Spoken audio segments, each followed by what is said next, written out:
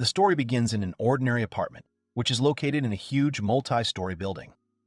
A guy named Kamaba Ritoku, who was 35 years old, was having dinner all alone. On his plate was a large piece of meat with a side dish. Kamaba cut off a piece and ate it. He happily said that it was very tasty. He thought that he always liked being alone. His luxurious bachelor life was amazing. The guy looked out the window and thought that he didn't need to argue with anyone and didn't need to compromise all the time. When you're alone, you spend money as you please. You live freely and breathe deeply. Kamaba imagined other young men arguing with their girlfriends while he was just lying on the couch and no one was distracting him. He felt happy. The guy added that this was why he didn't want to get married. Kamaba dropped his fork and clutched his heart. He fell, and this cheerful guy would never get up again. He died. Kamaba lived alone and died alone. He lived freely. How could he have any regrets? In front of him stood two guys, one dressed in all white, the other in all black. Kamaba thought in surprise that he had met people who called themselves gods. One of them said that he had caught the eye of some god of loneliness. The guy in white put his hand on his friend's shoulder and said that the thing was that this guy really liked him and was inviting him into his world. The guy asked in shock that they were offering him to be reborn as another person. He didn't know how to react to such a statement, so he didn't say anything else. He just listened to these strange men. Kamaba thought that basically he was offered to be reborn in another world. He was offered to choose any skills. He chose the best skills in order to live alone. The God of Solitude nodded his head as a sign that he approved of the guy's choice. The man in white said that healthy body, rule of any element, fencing, martial arts, and craftsman magician, these 5 should be enough. As he said this, he bent his fingers to make sure he didn't make a mistake with the number of skills. He asked Kamaba in surprise that he was sure that he would be satisfied with such ordinary skills. There are much more interesting and powerful skills. Kamaba thought that he wondered what it would be like to be reborn in another world. Kamaba loudly replied that he was not interested in them. All he wanted in the other world was a graceful bachelor life. The boy thought that he would not give up his point of view. The God of Solitude smiled broadly at the boy's words. He was in a huge bedroom. In the crib lay a small child. It turned out to be Kamaba. The boy tried to get up or grab something. He thought that he really was reborn. Kamaba continued to reason, which means that those who are now before his eyes are his parents. In front of him, a woman and a man were talking, smiling widely. He was being tied up in the arms of a beautiful girl, and a man in glasses was standing next to him. He looked at them in surprise. The girl was pinching his cheeks and laughing at his reaction. Kamaba thought in shock that he was 35, and they were playing with him like a child. She had to stop right now. The girl happily told her husband that the baby was so happy. Kamaba thought irritably that it was nothing of the sort. He should have asked God to let his childhood pass. A man took him in his arms. He and the girl looked at the child with a smile. The man began to rock him. Kamaba looked at the happy couple and thought that if this continued, he would die from stress. The man sighed in surprise and told the girl that it seemed like the baby needed a diaper change. Kamaba was perplexed for a few seconds. He looked at this man and didn't understand what he was going to do now. He was actually already 35 years old in his past life. He screamed loudly when they started touching him. Kamaba thought, no, stop, he has to stop. He would rather die than let someone wash and dry him. The man said with a smile that they were going to take it off now. Kamaba thought, no, not that. The girl said it was breastfeeding time. Kamaba thought hysterically that he would never do that. She said with a smile that they would lift him up now. Kamaba screamed that no one should touch him. The baby thought that this was a real hell in which he would have to survive. 8 years later in the same house, in a huge room filled with books and devices, sat a boy. His father was passing by his room and decided to look in on his son. A man came in and called him Zilk. The boy thought that Zilk Luren was his name, which was given to him in his second life. The man who came to him, Les Luren, was his father. Zilk told his father that he was drawing up plans for a new magical instrument. The boy thought he was reborn in a world where there are monsters and magic. A real fantasy world. There are people who can control the elements, such as fire.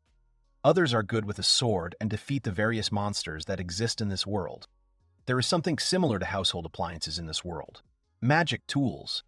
However, in terms of functionality, they are still very far from household appliances. When God told him about this world, he thought that it was possible to create something close to household appliances for a comfortable life. So one of the skills he asked for was craftsman-magician. The Luren family is studying magical tools. The God of Solitude must have thrown it here on purpose.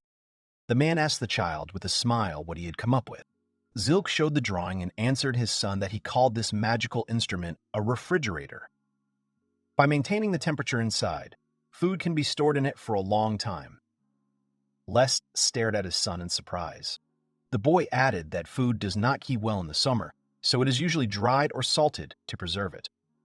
He thought that if he could cook fresh food all year round, the number of dishes that could be prepared would increase. The man stared at the drawing in shock and shouted for Mira to come here.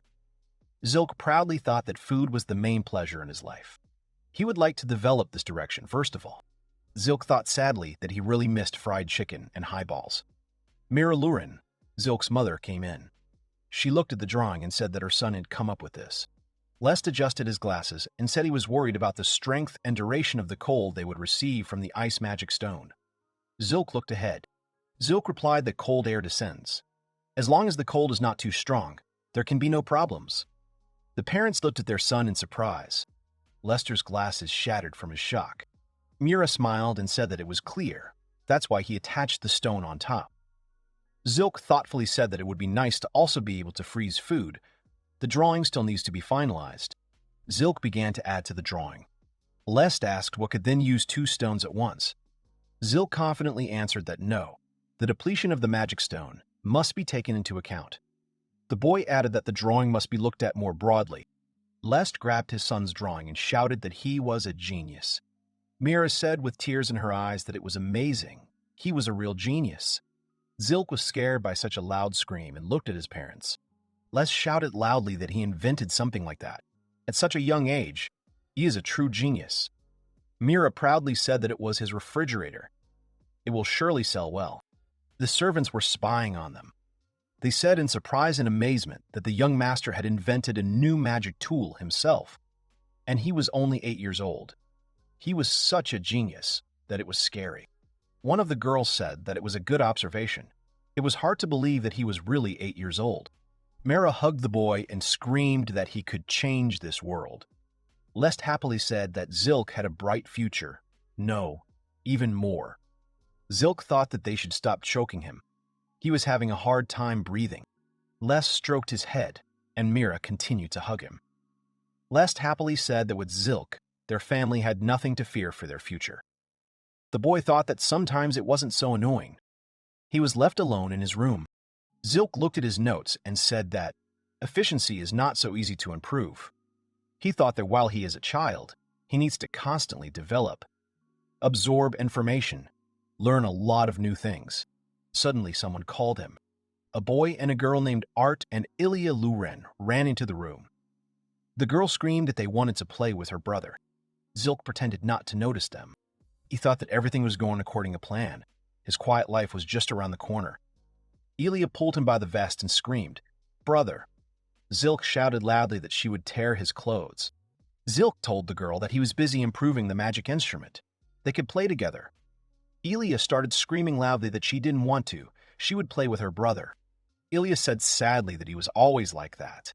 He never played with them. He just wrote something all the time and read. Zilk stood up and said okay. Today he will play with them.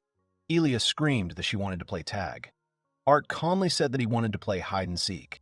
Zilk patted his brother on the head and thought that nothing could be done. He would always find time to finalize the drawing. It was the duty of the eldest son to take care of the younger ones. If you think about it, in his past life, he was always upset that because of this, he couldn't do what he wanted. Zilk thought sadly that the same thing was happening to him in this life. Ilya joyfully shouted that they were playing tag. He had to count to 10. Zilk shouted after them to stop. They can't run around the house. The boy thought that he would like to become a full-fledged master of making magic instruments as soon as possible. He wants to leave his parents' house already. In the capital, Zilk studies at the academy. He's currently having a training session, a mock fight. He easily defeated his classmate. He doesn't understand how Zilk did it. He decides to attack with fire, since he is good at it. However, the teacher announced that the fight was over. The boy thought that Zilk controlled all the elements equally. How could he use more than 3? The teacher asked him what he didn't want to become a hunter or a knight in the future. Zilk replied that he wasn't interested. The boy sat at the same table with his family. Zilk said loudly that in the future he was going to marry no one. Les said excitedly that there were so many different girls at the academy. Did he really not like any of them? Les awkwardly said that he really liked boys. Zilk said that was not the point. He was simply not interested in marriage, that's all. Zilk thought that he didn't need marriage. He realized this in his past life. There is no room for people in his heart. It's much nicer to spend time alone, not tied to anyone, real freedom. He's not going to change anything in this world. Les awkwardly said that if he didn't get married, he would put them on. Zilk interrupted him by saying that he was not interested. It was not only the eldest son who could inherit the plot. Zilk thanked him for the food and left. Les excitedly said that maybe he would change his mind when he met someone. Mira awkwardly told her husband that it was true. Time would pass and Zilk would change his mind. He would definitely find a worthy bride. His name is Zilk Luren. He is 28 years old. He still has no plans to get married. Now he lives alone in the capital. He qualified as a master of magical instruments. He opened his own workshop in the capital and makes a living selling the magical instruments he developed himself. Zilk looked at the refrigerator shelf. He thought that it should be made even smaller.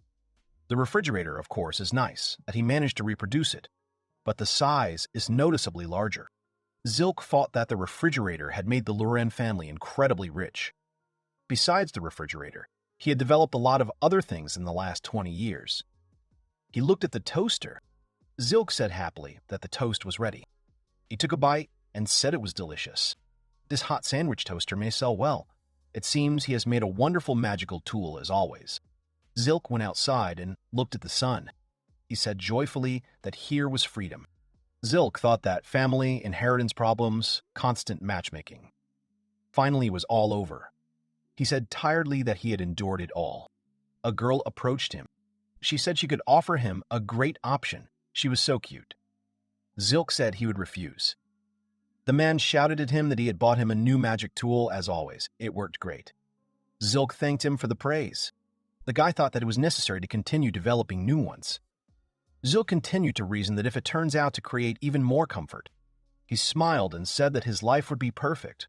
After all, he is a master of magical instruments, and in this world he will live an elegant bachelor life. Zilk ate in a cafe and thought that he eats what he wants, when he wants. What could be better? It is true that fried meat tastes much better when you eat it alone.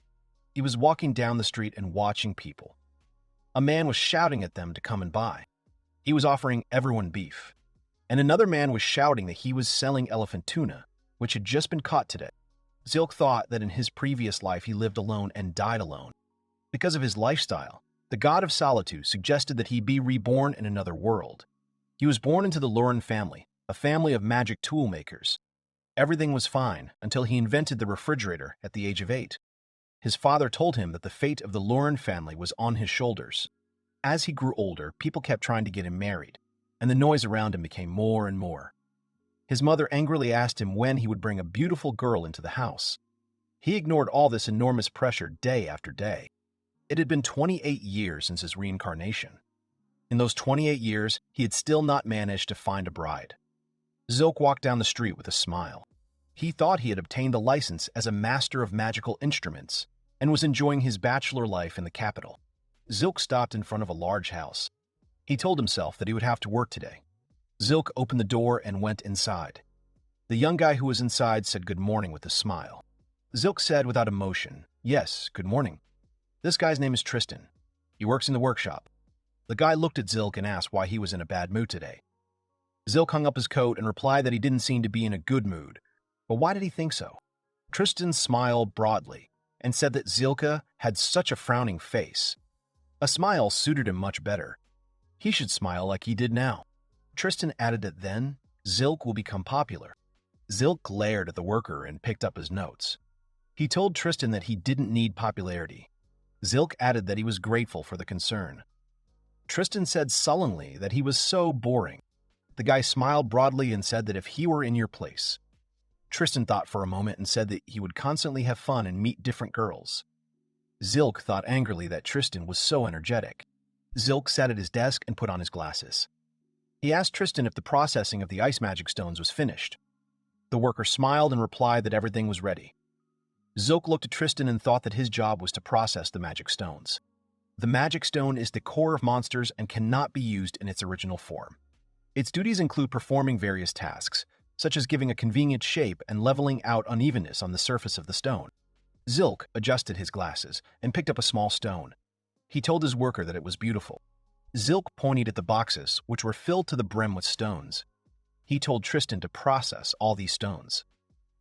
Tristan said tiredly and sadly that he had a lot of work today. A girl entered the room with a wide smile. This girl's name is Ruji.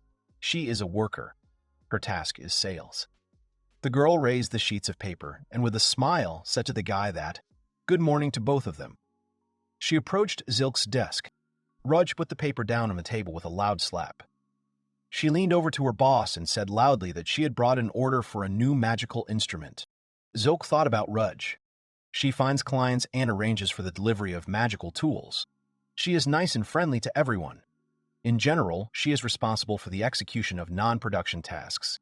Tristan covered his ears with his hands and shouted loudly to the whole office that there was another order. Rudge smiled widely and happily asked if it was bad to have work. Tristan answered the girl incredulously that yes, that was true, but there weren't enough hands for such a volume of work. The guy looked at his boss. Zilk pretended not to hear anything. Rudge folded her arms across her chest and said she agreed. If you think about it, there are only 2 workers. Rudge and Tristan already looked closely at their boss together. Rudge came closer to him and waved her hand in front of his face. She smiled broadly and told Zilk to listen carefully. Refrigerator sales were high. They were clearly making good money. The hero did not want to expand the staff. Zilk replied without emotion that there was no need. Rudge said tiredly and sadly that if there were more workers, then sales would also increase. Rudge added that there were still a lot of people in the world who needed our magic tools. Zilk told his workers that, as he'd said hundreds of times before, he was creating magical tools to make his life more comfortable than it was now. Zilk went on to say that he had no desire to work for others. Rudge stepped aside. She put her hand on her forehead and screamed that his outlook on life was not changing at all. Tristan, tired and excited, screamed that he would still like to increase the number of workers. Zilk didn't say anything for a few seconds, but still asked why it was necessary. Rudge stood next to her boss and looked at her colleague with a smile. Tristan grabbed his head and nervously said that if everything continued like this, Tristan jumped up and screamed with tears in his eyes that he would never get a girlfriend. Rudge and Zilk looked at the guy who was screaming loudly without emotion. Tristan continued to shout that Rudge was beautiful, but she was already married. Tristan looked at Zilk and shouted that they had no other girls here, only a gloomy boss. He would not find a girlfriend in such a job. The guy cried harder. Tristan clutched his heart and said with pain that he was almost 19. He wanted love. He wanted to get married. Zilk looked at this tragedy carefully. The boss said that work is not the place for romantic relationships. He then began to list the reasons why marriage was not a good prospect. Tristan started crying and shouted loudly to Rudge that Zilk was telling him nasty things. The girl looked tiredly at Tristan, that in general he was telling the truth, but the meaning was greatly distorted. Rudge asked Zilk that marriage was really that bad. Rudge happily said that it was great to spend time with your loved one. You would enjoy the joys of raising your children together. Zilk introduced the lone wolf and told Ruga that he knows her position is very popular in society, but he prefers to be alone. He does not like to spend time with other people. Zilk added that he does not get along well with children either. The girl started to leave, saying that they had argued about this topic hundreds of times already. There was no point in continuing. Zilk replied that he agreed. Tristan told his boss that this was why he would never marry. Zilk looked at him angrily. The boy shouted at Tristan not to be mistaken. Zilk picked up the magic stone and told his workers that he had no use for it. He was not going to get married. Zilk added that, since he wasn't interested, they shouldn't recommend him to anyone. He also didn't want to hear whining about how someone couldn't find a girlfriend. Zilk picked up the papers and told Tristan to get to work. Rudge said tiredly that he was tall, had a huge income, was highly educated, and was attractive. But why is Zilk like this? It was already getting dark outside. Rudge approached him with papers asking if it was time to end the workday. Zilk took off his glasses and replied that that was enough for today. Tristan asked them with a smile if they wanted to go out for a bite to eat together. A new restaurant had recently opened, and they had some interesting and tasty meat dishes on the menu. The guy happily added that there was fried meat there. You had to cook the meat yourself. Cut it into thin slices. Rudge thoughtfully said that she knew that restaurant. The girl added that there were always a lot of people there, and it was called. Rudge and Tristan shouted loudly and joyfully together that it was the Maggio fried meat restaurant. Zilk raised his head and looked at the ceiling. He thought that he had not eaten meat for a long time. The guy told his workers that fried meat would be just right. Rudge cried out loudly and sadly that she was asking for forgiveness. She had to go home today. There was no one to look after the child. They had to go to a restaurant without her today. Tristan called out sadly to Rudge that today was the perfect day for a roast. Rudge started to leave, saying that she would like to go, but it was important to spend time with her children. She slammed the door, screaming that she was sorry. They'd worked hard today. Tristan looked at the closed door with tears in his eyes. Zilk showed no emotion. Tristan calmed down and told his boss that he wouldn't go either. There was no point in going there with a man. Zilk put on his coat and told the guy that he was right. Zilk adjusted his clothes. Tristan shouted loudly, "Okay, bye then." Zilk said that he would go alone then. The boy passed by people who were spending time with their families and friends. They were talking loudly and laughing. Zilk passed by a table where a young couple was sitting. He thought it smelled delicious. Zilk stopped and looked in surprise at the long line in front of the restaurant. Zilk said that, yes, it was just dinner time. The guy decided to skip the line and went straight to the restaurant. The worker shouted excitedly to him that he was asking for forgiveness. He shouted that the gentleman should get in line. The cook shouted to his worker that he should let him in. The cook left the restaurant and approached Zilk. The cook awkwardly told Zilk that he was asking for his forgiveness. He had recently hired this worker. He was completely green.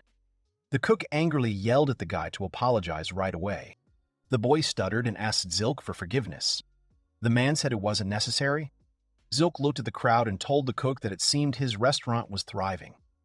The cook told Zilk that it was, and it was all thanks to his help. He simply took his advice. He will always be grateful to him for his help from the bottom of his heart.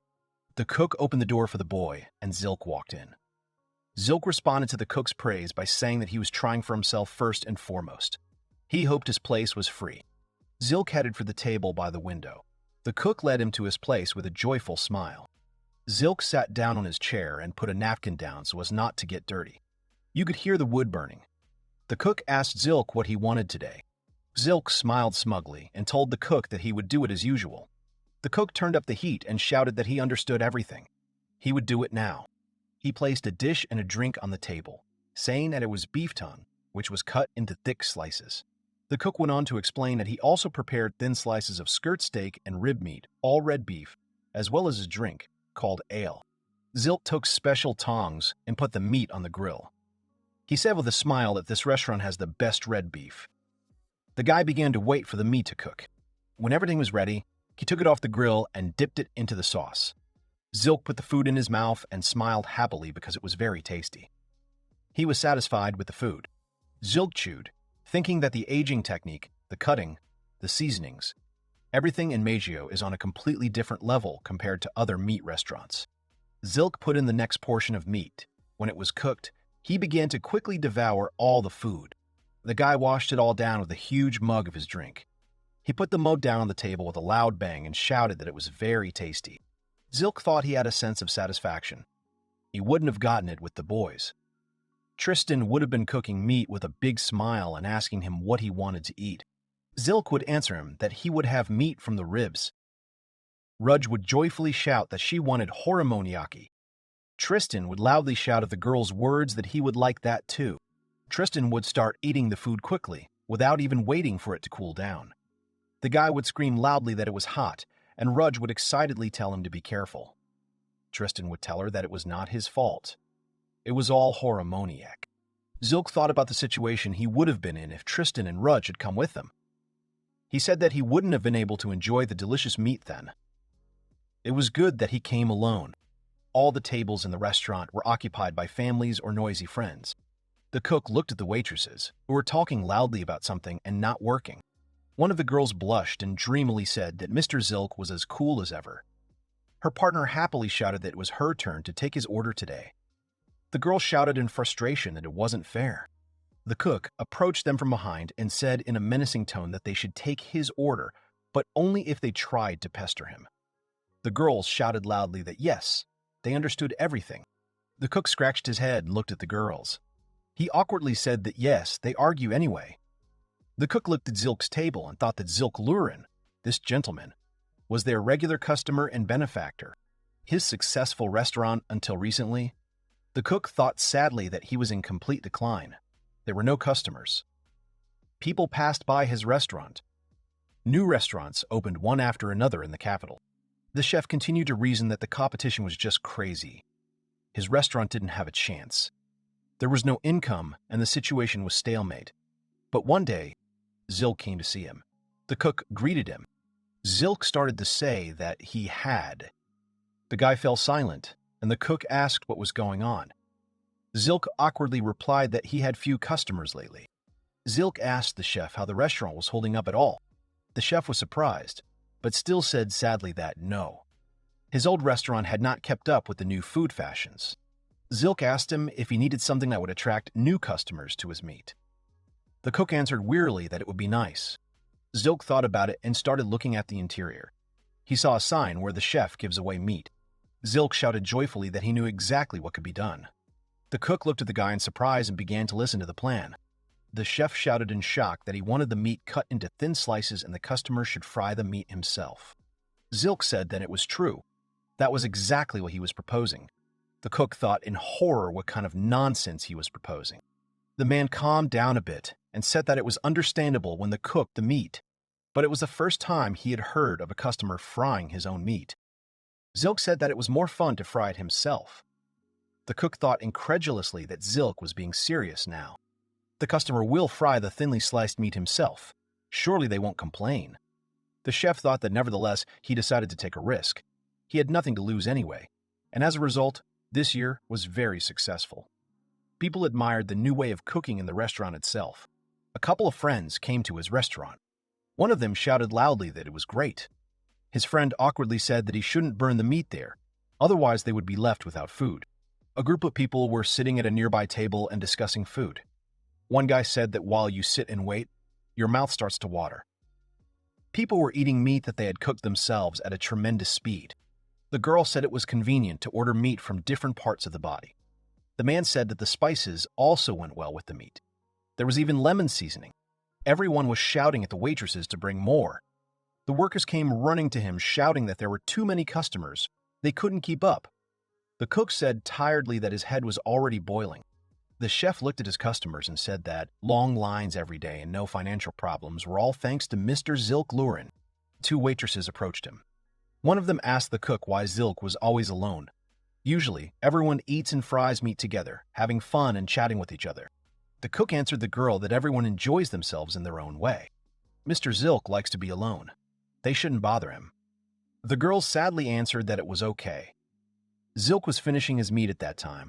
He looked thoughtfully ahead and even stopped eating. He said that now it was time to seriously start looking for rice. Zilk sat in his cubicle working on new designs. He inserted a quill into the inkwell. He rubbed his forehead tiredly and took off his glasses. Zilk closed his eyes to rest a little. Zilk said he thought he could figure out how to recreate the air conditioner today. The guy looked out the window and thoughtfully said that he hadn't been out into the city for a long time. Zilk came to the Adventurers Guild. It is an organization of people who mainly make a living by defeating monsters. Everyone is divided into groups. They were chatting loudly and laughing. Zilk was dressed in gear. He walked up to the order board. Zilk said that there was an order to collect materials, hunt small monsters. Zilk tore off the sheet of paper on which the assignment was written. He said loudly that it was excellent. Since there were no particularly dangerous monsters, then we could start collecting materials.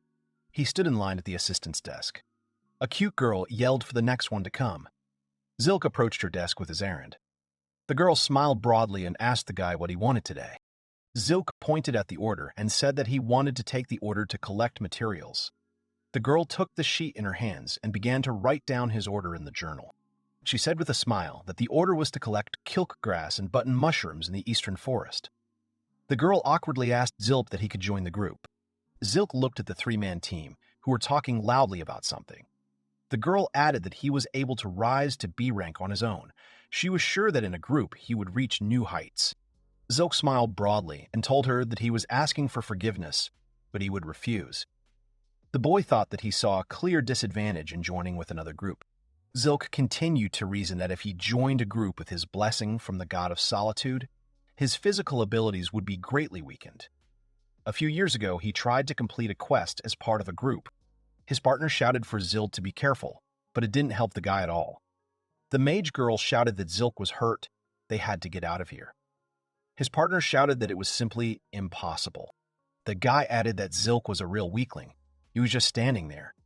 Zilk thought that it was believed that people become stronger if they work together, but this did not apply to him at all.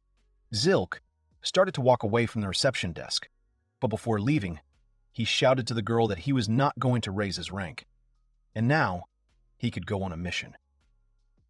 The girl looked after him excitedly and quietly said, "What do you mean? How?" Zilk went into the forest and started looking for the materials he needed to complete the task. He looked at the ground and saw mushroom and grass. Zilk happily thought that it was kilk grass. It eliminates the smell of meat and fish in food, has an antibacterial effect. Zilk began to pick mushrooms and grass. He examined each ingredient carefully. His hands were already full of materials. Zilk picked the last mushrooms and happily said that these were simply excellent. Zilk looked at the materials he had collected and said thoughtfully that this should be enough. He shouted that he would now use his bag. Zilk put the grass and mushrooms in it. Zilk thought it was a magic bag. There was no limit to the number of items that could be put in it. The bag's capacity was much greater than it appeared. Zale continued to reason that such things are called artifacts.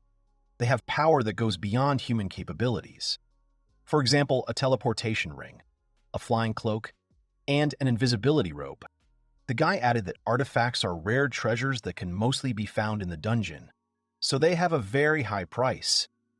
Some adventurers go to the dungeon in the hope of getting rich. Zilk squatted down and began to add more grass that grew near the place where he was. The guy said that in any case, artifacts are strange things. Zilk added that even he, a master of magical instruments, could not understand how they worked. The guy fell silent and then joyfully shouted that there was a mysterious romance in them. He smiled and thought that the artifacts were technologies unknown to people. Zilk was being watched by a boar. The boy did not pay attention to him.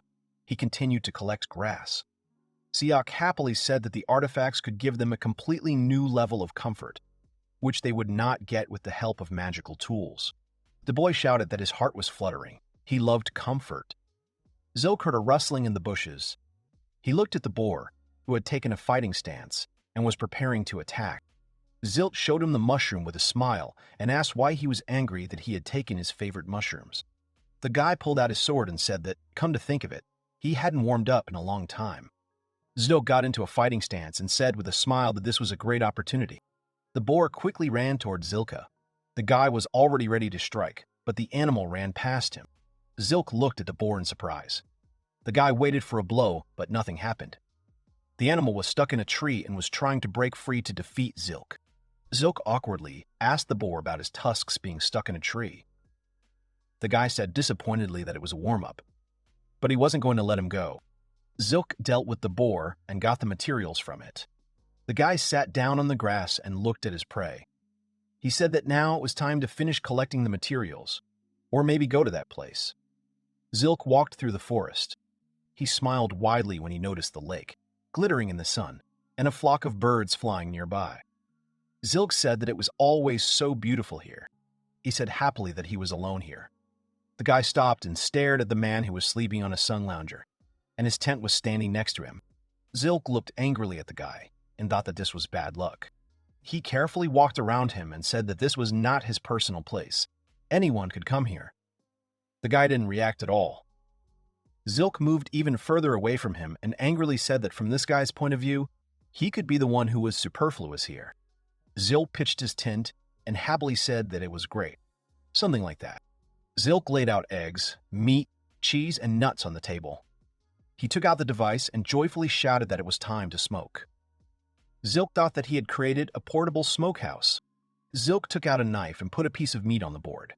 He said that first you need to cut everything and put it all out nicely. Zilk cut all the products and put everything on the plate. Zilk set up the smokehouse. He said that it should be lit, turned on, and then inserted into the lid. Everything was ready. The guy began to wait for the food to cook. The guy said with a smile that now he would not die of hunger. Zilk sat down on a chair and took out a book. He looked at the smokehouse and decided that it would be ready soon. Zilk took off his glasses and said that it had been smoking for a long time. The taste should be excellent. The guy removed the lid and smelled the delicious aroma of the cooked food. The boy looked at the food happily. Someone shouted that it looked delicious. Zilk looked angrily at the uninvited guest. The guy looked at Zilk with joyful eyes. Zilk asked who else he was. The guy proudly shouted that he was 8. Zilk thought tiredly that he was some kind of weirdo again. Zilk covered the plate with a lid with an angry expression. Zilk looked at the neighboring tent and angrily shouted that he was the guy from the neighboring tent. 8 shouted in fear that his look was frightening. The guy decided to explain everything. 8 said it smelled very delicious, so he became curious. Zilk tiredly answered him that that was it. He had satisfied his curiosity. But didn't go back to his place. 8 did not let Zilk finish speaking and shouted that he cooked so interestingly. At least it was delicious. Zilk looked at the boy angrily. He said he wouldn't have carried it if it hadn't tasted good. Eth yelled at him to let him try some. Zilk took some skewers out of his bag and thought maybe he'd never eaten smoked meat. He held out a skewer. Zilk told the boy to take a skewer. Let him choose the one he liked best. Eit smiled and speared a small piece of cheese. He sniffed it incredulously. Eth said in surprise that he had never smelled anything like it. It smelled like smoke, but not quite. Eth put the cheese in his mouth and screamed in shock that it was delicious. 8 loudly asked what kind of cheese it was. Was it special somehow? Zilk smiled and answered that, no, it was ordinary cheese that he bought at the market in the city center. Eth said thoughtfully that how could ordinary cheese taste so good? It has a unique taste and aroma. It's like it's on a completely different level. Eth looked at the plate and asked Zilk what kind of food it was. Zilk replied that it was smoked meat. It had a great aroma. Eth hesitantly said that it was smoked meat. Eth hesitantly said that it was smoked meat.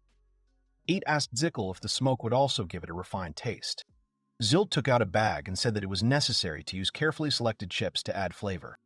8 took the bag and asked what kind of chips they were, sawdust or something. Zilk answered that it was true. By the way, it was sawdust from an apple tree. The guy looked at 8, who tried to sniff it. Zilk angrily took his bag of sawdust from the guy. 8 looked at the other products and asked Zilk what else he could try. Zilk exhaled and told him to bring a plate. He wouldn't let him without it. 8 happily ran to his tent. He came with a plate, a glass, and a bottle of wine. Zilk looked at him in surprise. 8 smiled and said that it was in gratitude for feeding him well. Zilk looked at the bottle and shouted in surprise that it was wine from Cerberus. The boy thought that it was a rare wine produced in Cerberus, a famous wine region. Zilk added that only a few hundred bottles were supplied from there per year. Eth said with a proud smile that he knew. Let him think that it was a jewel, not wine. Eth asked the boy that they would now drink a little. Zilk raised his glass and said that he would be happy to. Zilk and I went to their tents and began to eat. Zilk drank some wine and joyfully shouted that it was very tasty. He popped some smoked meat into his mouth. Zilk closed his eyes and thought happily that the smoked meats and wine were simply wonderful. Zilk looked at the wine in the glass and said with a smile that he didn't think he would get to taste this wine. The guy thought that in his past life, single compers often exchanged what they had. He thought that you give something tasty in exchange for another tasty thing. He always liked it. Iting loudly shouted that it was delicious, very tasty. Zilk smiled and looked at the lake.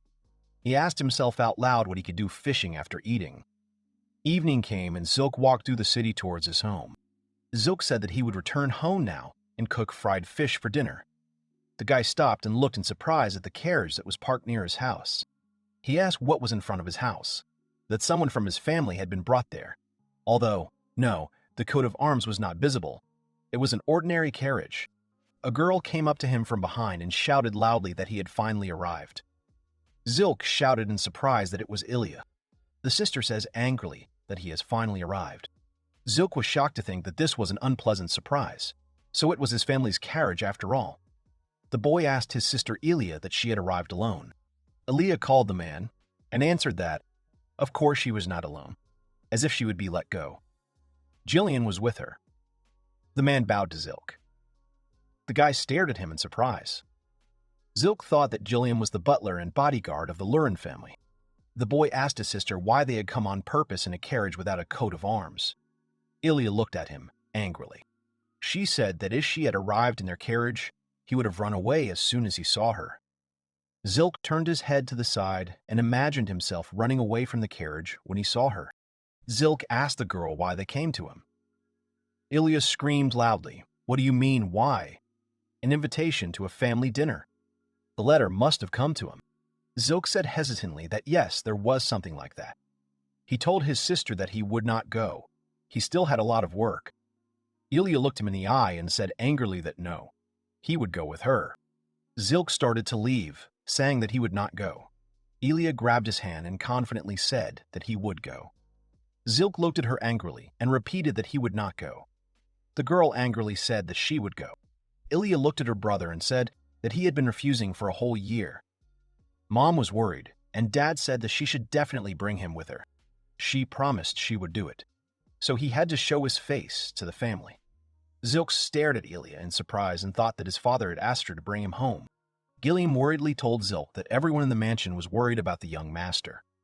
He asked that Zilk give the family some attention. Zilk made a sad face. Zilk made a sad face. Zilk thought in horror that he could not refuse Gilliam. The boy exhaled and grabbed his head. He said okay, he would go, but don't call him young master. Ilya happily said it was a victory. Gilliam smiled and told Zilk that he thanked him. The boy told him that he would go get ready now and then come down to them. Ilya asked him that he did not want to invite them into the house. Zilk angrily answered that he did not. The girl stared at him and angrily asked why. Zilk approached his house. He shouted to his sister that he doesn't let strangers into his house. She sadly said that strangers. Ilya grabbed him by the jacket and shouted that she was actually his sister. Zilk replied that she was his sister, but once she came into his room, she broke his magic tools, so he would not let her in. Ilya looked at her brother in shock. Ilya screamed at the top of her lungs that it was 15 years ago. He had to let her in. Zilk told her not to scream.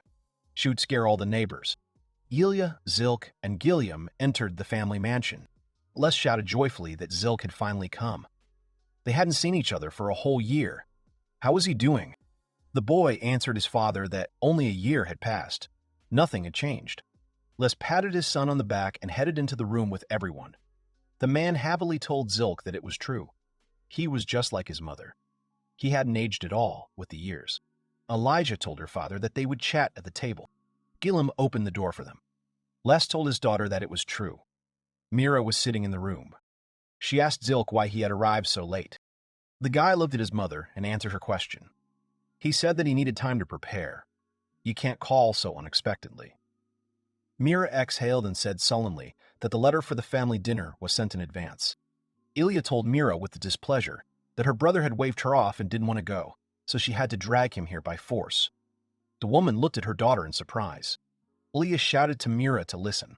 She had been driving to him for so long she was tired from the journey, and Zilk sat with a sad expression on his face. He wanted to leave as soon as possible. A man put his hand on his shoulder and said loudly and joyfully that he was a good man for coming home. The guy thought it was Ludwig, Ilya's husband. Zilk looked at the man in surprise and asked Ludwig that he was here too. Ludwig sat down at the table and smugly replied that it was a family dinner. Obviously he would be here, right? Zilk thought that this guy was the alchemist who used to work with him. And now he was Ilya's husband. Honestly, he didn't think it would turn out like this. Ludwig, with tears in his eyes, asked to introduce him to the girl. Zilk thought that, by the way, when he met him last week, Ludwig told him sadly that he didn't want to go to the family dinner. He told Zilk that last time. Zilk looked at Ludwig and told him to stop. He said he didn't want to. Ludwig hit Zilk's leg with all his might under the table so that no one would see. Zilk made a face full of pain. Ludwig looked at him and asked angrily what he had just wanted to say. He had to learn to read the atmosphere in the room. Zilk angrily asked his interlocutor, Nick, that he was trying to seem silky in front of his mother. Ludwig tensely answered that, of course, he had to show himself from the best side. Ludwig made a sweet face and called Selah. He asked her if she was happy to see Uncle Zilk. The guy looked at Ludwig and thought he had changed the subject. Zilk looked at the girl and thought it was Selah, Ludwig and Elia's daughter. The girl sat down at the table with the adults and asked Zilk with interest that he was her uncle. List laughed loudly and shouted to his son that he showed up so rarely that Selah had forgotten what he looked like. Ludwig covered his mouth with his hands to hold back his laughter. Zilk turned away from them and looked angrily in the opposite direction. Elia hugged her daughter by the shoulders and laid her head on top of her head. The girl looked at her uncle with interest. Elia gloatedly told Zilk to introduce himself at least to his sweet niece. Zilk made an angry face and hissed that his name was Zilk Luren. Selah asked her uncle with interest why he was not married yet. Everyone looked at the little girl in surprise. Elia gave her daughter a thumbs up. She joyfully shouted that Selah was smart. She asked the right question. Mira looked sadly at her son and said that Zilka was already 28 years old. When would he get married? Zilk clenched his teeth and thought angrily that it had started again. He turned his head away from his sister and said loudly that he was not going to get married. Elia asked irritably why he did not want to. Zilk confidently replied that he preferred to live alone. He didn't care about marriage. He looked at Elijah and angrily asked how many times he had to repeat this. Ilia thought and asked uncertainly that he could be with the boys. Zilk angrily shouted that he couldn't. The guy thought that he was already tired of this. How many times could he ask? Ilia made a duck face and sadly asked, then where's his girlfriend? Zilk clenched his teeth in anger and shouted loudly that he doesn't need her. He thought he had already said this 500 times. Mira asked her husband wearily if their son hadn't yet taken a liking to any girl. Lest thoughtfully replied that girls he knew and colleagues often asked him to introduce them to him. Ilia replied that naturally, her brother could well be called a magnet for girls. She thought that Zilka has a higher education. He is tall and handsome. He is single and the eldest son. And also he has a high income. Mira started crying and looked sadly at her son. Zilk turned away so as not to see the looks on his mother and sister's faces. Mira said that she hoped that there would be a girl who could change his views. Mira screamed loudly that she wanted to see his children. Elia said angrily that if he weren't such a genius at inventing magical instruments, she would consider him a complete fool. Zilk thought wearily that he really wanted to go home. The guy cleared his throat and asked where his brother Art was. Elia looked at Zilk and replied that Art was at a party and therefore couldn't come. Zilk loudly and angrily asked that Art didn't have to come, but he couldn't. Their gaze indicated that he had asked the wrong question. Mira said that he had not shown up for longer than Art. He had no right not to come. Elia said that Zilk did not understand anything, that he was forever free only thanks to Art. He seriously did not understand this. Zilk looked at Mira and Elia in surprise. The girl said that for his sake, Art took on his responsibilities as the eldest son. He entered the upper crust of society. Zilk had already said that he was asking Art for forgiveness. He was very grateful to him. Les nervously said, "Okay, that's enough. They should eat already." Selah screamed loudly that she was hungry too. The housekeepers began to set the table. The girls ran around the table with trays and plates. Mira asked Zilk with interest that he ate normally at home. Zilk put down a napkin and answered that he cooked for himself what he liked. Ilya smiled broadly and asked him if he simply bought expensive meat and fried it. She added that he probably washed it all down with expensive wine. Zilk closed his eyes and replied that he did nothing of the sort. Zilk stopped abruptly and looked ahead. He remembered his everyday life and thought that she was absolutely right. He roasts meat on the fire, makes smoked meats. He eats everything he likes. Zilk shouted defeatedly to Ilya that she had hit the bullseye. Ilya excitedly shouted that if he continued to eat like that, he would have no end of health problems. Zilk folded his arms and looked closely at his sister. He whispered that everything was fine, thanks to the blessing of the god of loneliness. He would not get sick. Ilya angrily asked Zilk what he had just mumbled under his breath.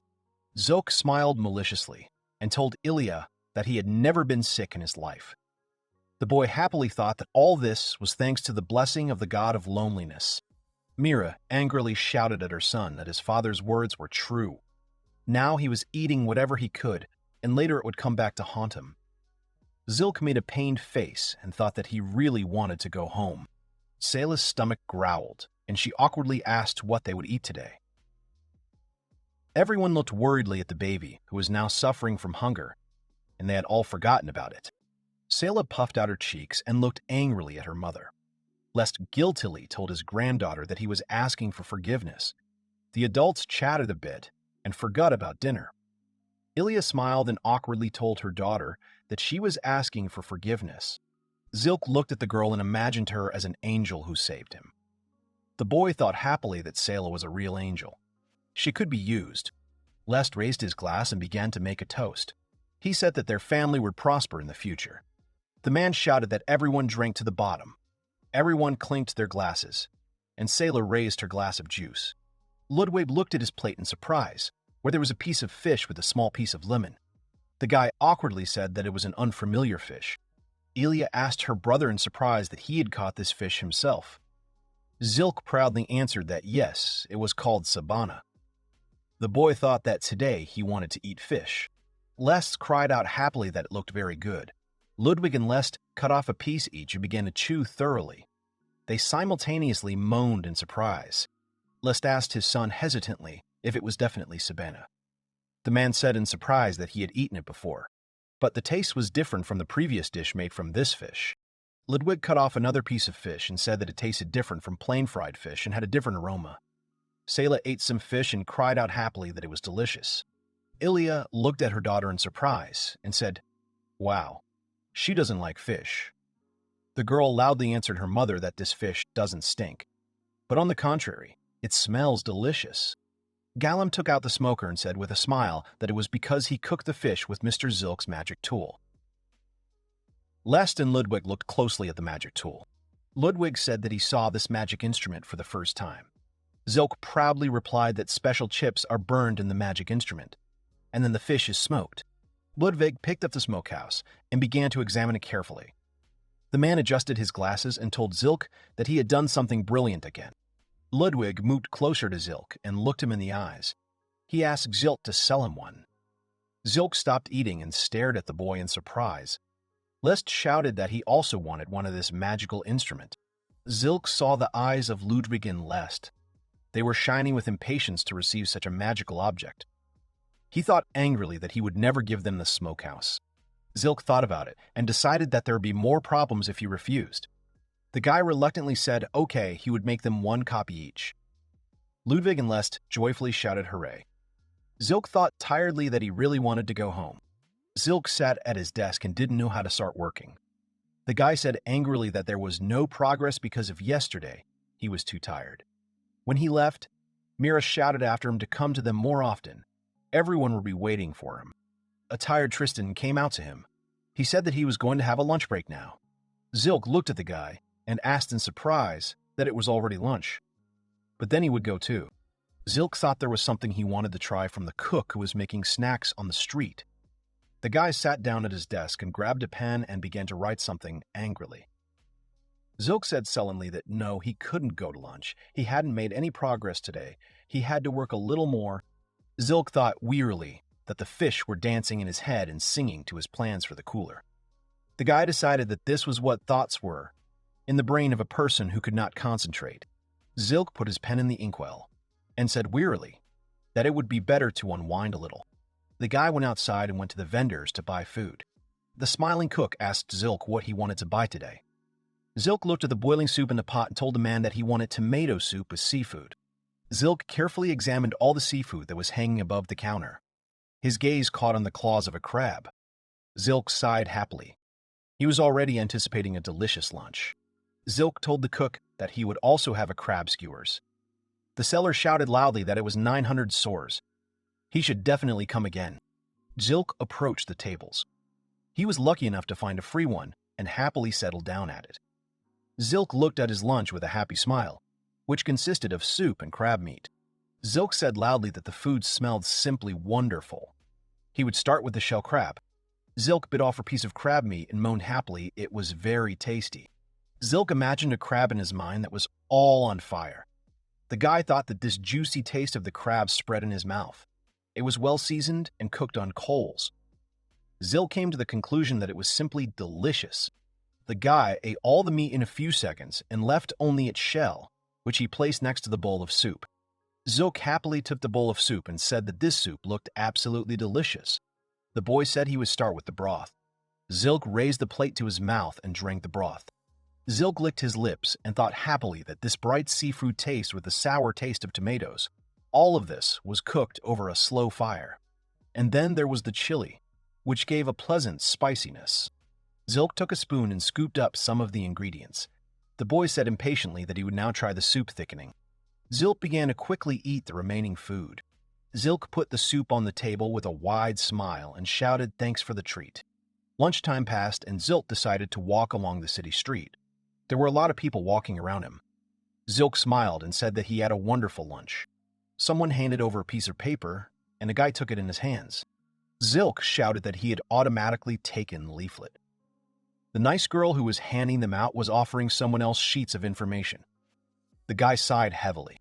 Zilk said tiredly that, okay, it was just a boring leaflet, he would just throw it away.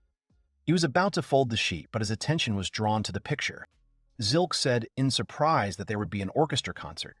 The orchestra was printed on the leaflet in black and white, and the dates of the performance were written above. The musicians entered the main hall where the performance was to take place. The girl with the violin walked quickly, saying that it hurt a lot. She adjusted her shoes, and in her other hand, she had a violin.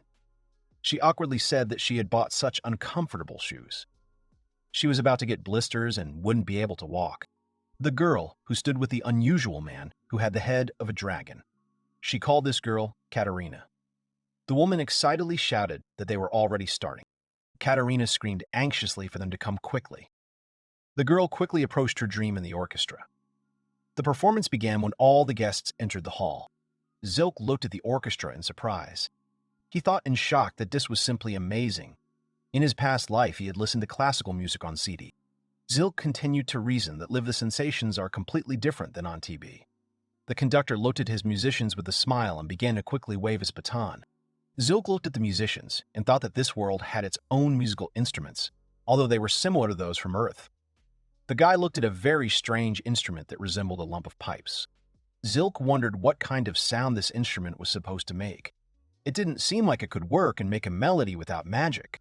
The guy thought that in this world, the tool doesn't necessarily have to be of a normal shape. If the shape of his cooler is also curved, like this tool, Zilk looked at the instrument again. He thought happily that he could do it. The guy nervously said that while he hadn't forgotten the idea, he really wanted to go home. Evening came, and Zeke returned to his workshop to carry out his plan. Rudd shouted happily that they had done a great job today, but she had to go home, so she went home.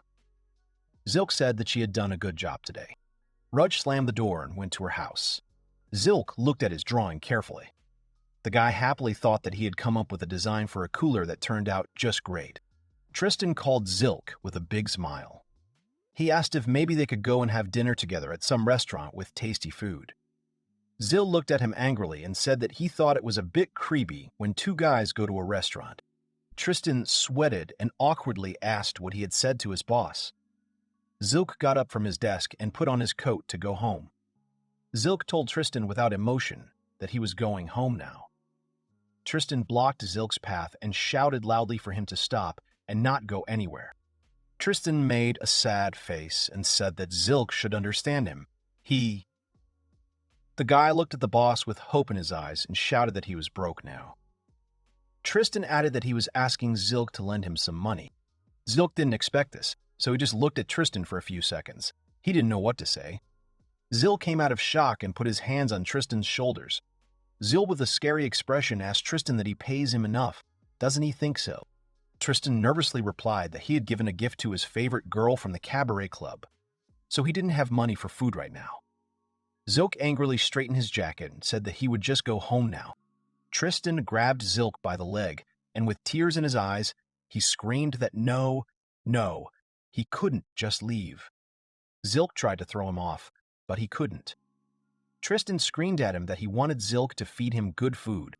The guy let go of his boss's leg and made a sweet face. He knelt down and looked at Zilk with an innocent look. Tristan said that he was asking Zilk to feed him expensive food. He had never eaten with them before. Zilk turned away from Tristan and thought that, if you think about it, it was a boss's duty to take care of his subordinates. Tristan shouted that he didn't have a penny in his pockets. Zilk groaned tiredly. Tristan and Zilk were walking down the street of the night city. Tristan happily told his boss, who was walking next to him, that he wanted to go to Maigio and eat some tasty meat. Zilk didn't even look at Tristan. He told him that he wouldn't do it. He had just been there. Tristan cried out in surprise. Who did he go to Maigio with? Did he really have a girlfriend or friends? Zilk looked him in the eye and replied that he went there alone. Tristan awkwardly said that he went to the restaurant alone. The guy looked at his boss. Tristan thought that in Maigio's restaurant, people grill meat together, have fun, and talk. The boy made a fishing rod of his lips and told his boss that if he couldn't go to Maigio, he should take him wherever he wanted. Zilk told him that was what he was going to do. The boy looked at the sign and stopped. Zilk told Tristan that he apologized, but he needed to go to the artifact shop for a while. Tristan looked at him in horror, and Zilk did not understand such a reaction. Tristan said sadly that he was serious now. If he went in there, it would be for a long time. Tristan shouted at Zilk, who was entering the store, to stop. Zilk and Tristan entered Artias's artifact shop, which was filled with various items. A man came out to him, wearing a goat mask with sharp teeth. He was dressed in knightly armor, which was covered with chains. Trisian hid behind Zilk. The guy told his boss that this store security guard gave him the creeps. He was all armor. Zilk smiled at Tristan's reaction. He told his employee that this guard was obsessed with artifacts. Zilk waved his hand at the guard to say hello. Tristan looked at it all, amazed. He thought in horror that everyone who liked artifacts was crazy. Tristan walked up to the counter with items and asked in surprise why the artifacts were always so expensive. Zilk shouted happily that he would never get tired of coming here. The seller answered the question, that of course they always sell for that much. The shop owner, Guan, said that the artifacts, no matter how useful they were unique and couldn't be replicated, so the price was justified. Zilk shook his head in agreement. Tristan thought no. He definitely didn't understand that. Guan told him that he had cleared them out. He'd already visited 3 days ago. Zilk replied that it was okay. He was not against spending money on artifacts. Zilk looked at the chest that Guan had placed in front of him. Zilk asked the owner if he had anything new. Guan looked at the guy and replied that there was something he might even like. Zilk told him to show this artifact. The shop owner took out the item and showed it to Zilk. The guy carefully examined the artifact. Zilk said that at first glance it was a simple cup, without a wide rim, without decorations, nothing extra. Zilk asked Guan incredulously what the catch was. Guan told him to watch carefully. The salesman looked at the cup and spoke loudly to fill it. The cup began to shake and fill with liquid. Zilk shouted in amazement that it couldn't be. This cup created carbonated water. Guan replied that he was absolutely right. It was a foam cup. Guan poured the soda into a glass. Zilk thought that in this world, there was only one mysterious source from which soda water was extracted. Therefore, it was difficult to obtain and was a luxury for rich people. Zilk drank the soda water from the glass and put it on the table. Zilk looked into Guan's eyes and asked how much this foam cup was. He wanted to buy it. Tristan asked his boss in surprise that he wanted to buy it. Wasn't it useless? Guan looked at Zilk and shouted loudly that the cup was worth 30 million. Zilk put the bill on the table with a loud slam and shouted that he was buying. The guy with a wide smile began to sign for his purchase. Tristan grabbed Zilk by the shoulders and screamed hysterically that he wanted to spend 30 million. For that kind of money, you could build a huge house in the capital from scratch. Zilk smiled and told his employee that for just 30 million he could now make a carbonated cocktail at any time. He could even use it to open his own bar. Zilk added that there were literally hundreds of ways to use it. Guan smiled and told his customer to rest assured that he could put it to good use. Now, he could take the cup. Tristan screamed in shock that he was buying a cup for such money in front of a beggar like him. Zilk was simply mocking him. How could he not be ashamed of himself? Zilk answered him that Tristan had no money only because he did not manage his own finances. Zilk looked at the check that was given to him. He thought with a smile that he loved shopping like this. If he had a wife or children, he would probably be accused of spending money on himself when he should be providing for his family.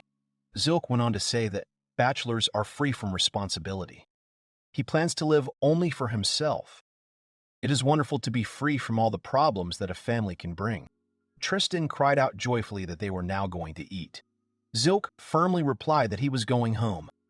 Tristan, with tears in his eyes, loudly asked why he wouldn't feed him. Zilk looked at the guy and replied that he wasn't going to carry around a 30 million artifact. Tristan asked sadly that Zilk just wanted to use it quickly. He was right. Zilk headed for the exit, saying that he would not deny it. He apologized, but they would do another time. Guan and Tristan looked at the door through which Zilk had come out. Guan said thoughtfully that Zilk had so much money, he was damn handsome.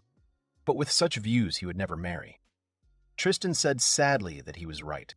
Zilk returned to his home when the sun had already completely set. The boy put the cup on the table and joyfully said that it sparkled like a real treasure. Zilk smiled and said that the cup looked just wonderful. The guy rubbed and shook the object. He asked with interest what material it was made of. Zilk smiled and said that in any case, now he could drink sparkling water whenever he wanted. The guy looked at his bar and happily said that for sure.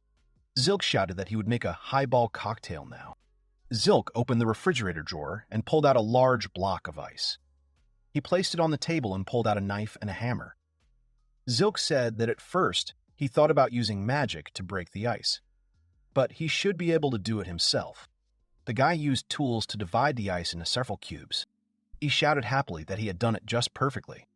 Zilk threw ice cubes into the glass. The guy opened the bottle and poured the alcohol into a glass with ice. He moved it around and then told the cup to fill up. The boy looked happily at the soda that appeared in the magic cup. He poured the soda into the glass. Zilk drank some of the drink and grabbed his head. He said thoughtfully that he might go for a highball. The guy decided to make something tasty. He placed the plate on the table and said with a smile that fried chicken would go best with the drink. Zilk speared a piece of chicken and quickly shoved it into his mouth.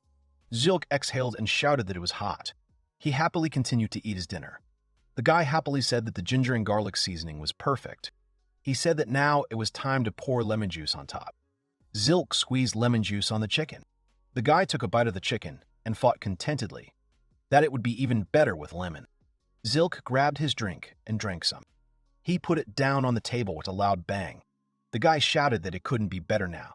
He took the magic cup in his hands. Zilk said that such luxury and only for 30 million. The guy thought that this was the result of his efforts in trying to live a luxurious bachelor life.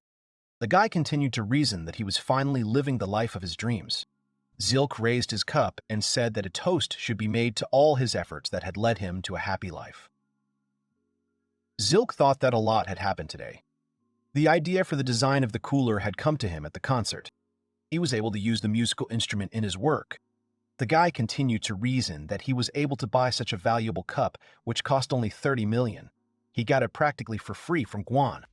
Zilk raised the magic cup high and shouted joyfully that today was a wonderful day that brought him much happiness. May his dreams come true in the future. The guy continued to shout that next time he would drink a spritzer. Zilk took a deep breath and began to sing loudly. He could be heard even from the street. A girl named Katerina McClare returned from the performance. She said tiredly that she had finally returned home. Katerina said heavily that she was very tired. Katerina slapped her cheeks and screamed loudly that she had to stop. She had to concentrate on the music. The girl thought her name was Katerina McClare. She went on to say that she had left her family home and was living alone to find her own place in the music world. She took off her shoes in irritation. Katerina confidently shouted that she could not survive in the world of music if she could not cope with some loneliness. She had to hold out as long as possible. The girl felt her foot hurt badly. She had rubbed her foot in these shoes after all. Katerina fell to the floor in pain and decided to catch her breath a little. She stood up and walked tiredly to her room. Katerina looked at all the mess she had made. Katerina muttered that she had made a terrible mess. She really needed to clean up her room. Katerina thought that she was little and that servants did everything for her. The girl said with disappointment that because of this, she never did such things herself. She did not clean her room, did not wash clothes, and did not put them away. Katerina fell onto the couch and screamed into her pillow that she would definitely do it next time, but not today. She covered her head with the blanket and sighed tiredly. She mumbled that it was time for her to sleep. The girl lay there for a few seconds, then jumped up from the sofa. Katerina threw off the blanket and screamed loudly that no, it was too early to sleep. She was very hungry. She looked at her food. There were old and dried vegetables that were not fit to eat, as well as meat of unknown origin and unknown expiration date. Katerina turned away from the spoiled food and said that it would be better not to have dinner today. She looked angrily at the refrigerator and said that after all, the refrigerator does not allow you to store food forever. She said with displeasure that it is also very huge. Its creator could not make it a little more compact. She had already sent letters of request to their creator, Zilk, several times. Luren. She wrote in a letter that the switch on the stove was too tight. It was hard for a woman to turn it. She wanted to use the dryer when she was out of the house. Could he make it more compact? Katerina said that she thought the improved products had not yet started selling. The girl picked up the violin and said heavily that now she needed to practice playing the violin. The girl entered the room, which had a magic soundproofing instrument so that the music could not be heard from outside.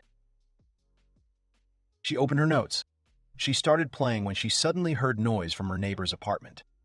She looked angrily at the wall and asked discontentedly what the noisy neighbor was. Probably some guy. She screamed that she needed to concentrate. Katerina started playing, when again noise was heard from the neighboring apartment. Someone was singing some songs very loudly. Katerina kicked the wall with all her anger so that the man would stop and stop bothering her. The girl grabbed her leg and began to roll on the floor in pain. The man continued singing, and Katerina glared at the wall. She pressed her cheek against the wall and shouted loudly that if he was going to sing, he should install soundproofing. Zilk was singing in the next apartment.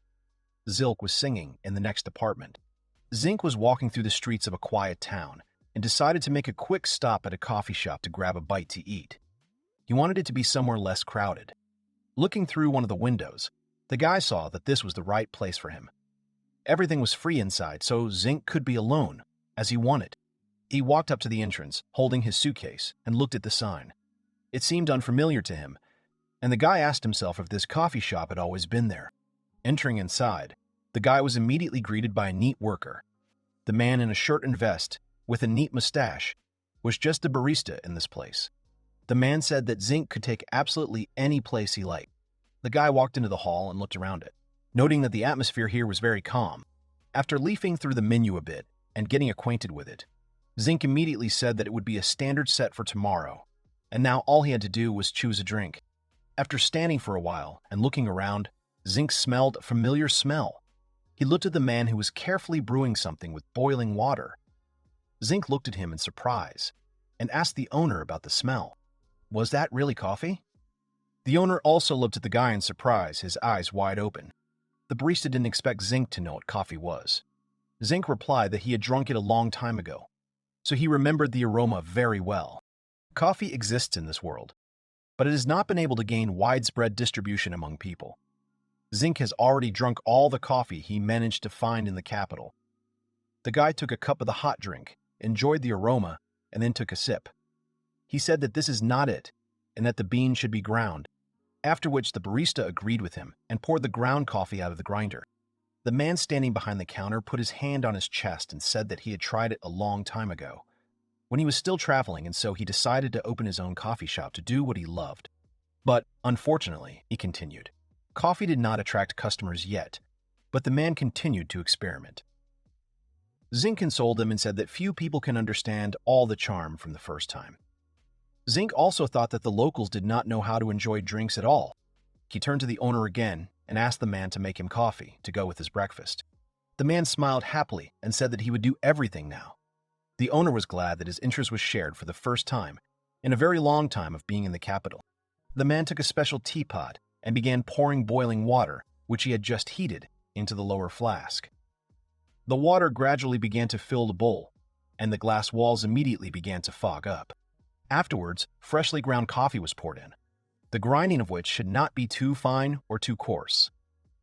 The man poured in about 12 grams of beans. Afterwards, when he connected the upper flask, placing it on top, the tight rubber connector securely fixed it. The water began to boil, and the water gradually went up, where there was ground grain. In order for the coffee to brew well, it had to be constantly stirred with water, so that the process would proceed faster. And so, when the fire below was extinguished, the drink continued to return down through the filter. And in the end, the owner received the most delicious coffee, which had a unique taste due to the brewing method. He carefully began to pour it into the cup. Then he took the cup and the remains of the drink that were still in the flask and put it on his tray. Soon he brought out a cup for Zilk, and the Aristocrat thanked the barista. The quality of the coffee was completely different from what he had been able to make himself. The color was beautiful, and there was no sourness in the aroma at all.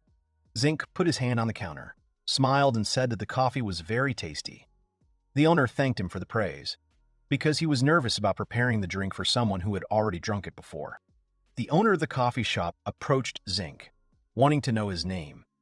He said that few people there like to drink coffee. Then the man brought out a ready-made breakfast and said that his name was Rondell. Zilk reached for his cup of coffee, then smiled at Rondell and said his name was Zilk Luren. He was very glad to meet the owner of this place. Plus, Rondell was surprised when the guy told his name. Then the man asked Zilk about the business he was doing. Many knew Zilk as an inventor. Rondell smiled broadly, and then said that such a famous inventor of magical instruments visited his coffee shop. For the owner, it was a real honor. Zilk was a little embarrassed, and turning away said that there was nothing wrong with that. Soon the door of the coffee shop swung open and another man in a vest walked inside. It was Mr. Noid. The man held his coat in his hand and then said that they had not seen the owner for a long time. Finally, the man was able to get his well-deserved day off. Rondell greeted Mr. Noid. The owner said that the butler's job was not easy and he was glad to see him. The butler looked at Zilk, who was behind the counter. Coming closer, the man said that there was someone else ordering coffee here besides him. He noted that this was a rarity for such a place, and then winked with one eye. Zilk smiled and continued to enjoy his coffee. Noid leaned on the counter and told the owner that he would have the same as Mr. Zilk was drinking. The next day, Zilk arrived at work. He placed his suitcase on the table, straightened his tie, and greeted his blonde colleague with a "good morning." His friend noticed that Zilk was surprisingly in a good mood today. The man continued to sit, propping his head up with his hand. Zilk joyfully exclaimed that he was ready to share and tell the reason, but his comrade said that he did not want to know it because he did not care. Zilk smiled and said that the sparkling water from the artifact he bought yesterday made an excellent drink, which went perfectly with fried chicken. Soon, Zilk's secretary came into the office and began to calm Tristan, who was screaming at the top of his lungs. The girl said that Zilk had always been such a person, and this was not the first time. Afterwards, she handed Zilk a letter and said that this was another complaint about his invention. Zilk took the letter and asked who the complaint was from. The girl laughed and said it was from Katerina. Zilk immediately darkened, starting to squeeze the piece of paper. Tristan couldn't stand it any longer and hit the table. He shouted that the complaint was coming again and again from the same Katerina. The boys called her a real snake. Zilk had a vision of jellyfish with snakes on their heads. That's how he now imagined Katerina, who was sending him one complaint after another without stopping. The girl said that the same Katerina seemed to have acquired all the magical tools developed by Zilk. Tristan was surprised and called her some kind of rich woman. Zilk began to read thoughtfully and said that he didn't care how many things she bought. A complaint was a complaint, and it had to be responded to somehow. The girl also took the previous sheets of paper and said that if you read her complaints, it didn't look like the girl was trying to hurt or offend anyone. The letters most often described the inconveniences of everyday use, as well as issues that prevented women from using the tools. Zilk put his hand to his chin and said that he agreed with that. In the letters, it was true that one could find some downsides that the guys hadn't noticed during production. Afterwards, the guy said that it was all nonsense. After all, 9 out of 10 women were happy with everything. Therefore, only Katerina had problems. And maybe it was her. Tristan said that this girl doesn't understand anything about magic tools, so why does she write so much about them? It's hard to change anything in the current designs. Zilk said that it was true. There were no useless parts inside the magic tools. If they had removed something for the sake of size, nothing would have worked. The girl joyfully exclaimed that they should work and strive for the ideal, and also find a solution for the sake of other clients. She believed that this was the mission of their bureau. Zink waved the letter away and said he didn't care. He didn't want to hear only criticism directed at him. The boy threw the crumpled piece of paper into a bucket, where there were already several complaints. Zink said that he makes magic tools only for his own comfort. Several actors stood in the dressing room preparing themselves. They discussed going on holiday together, but not everyone was able to get out.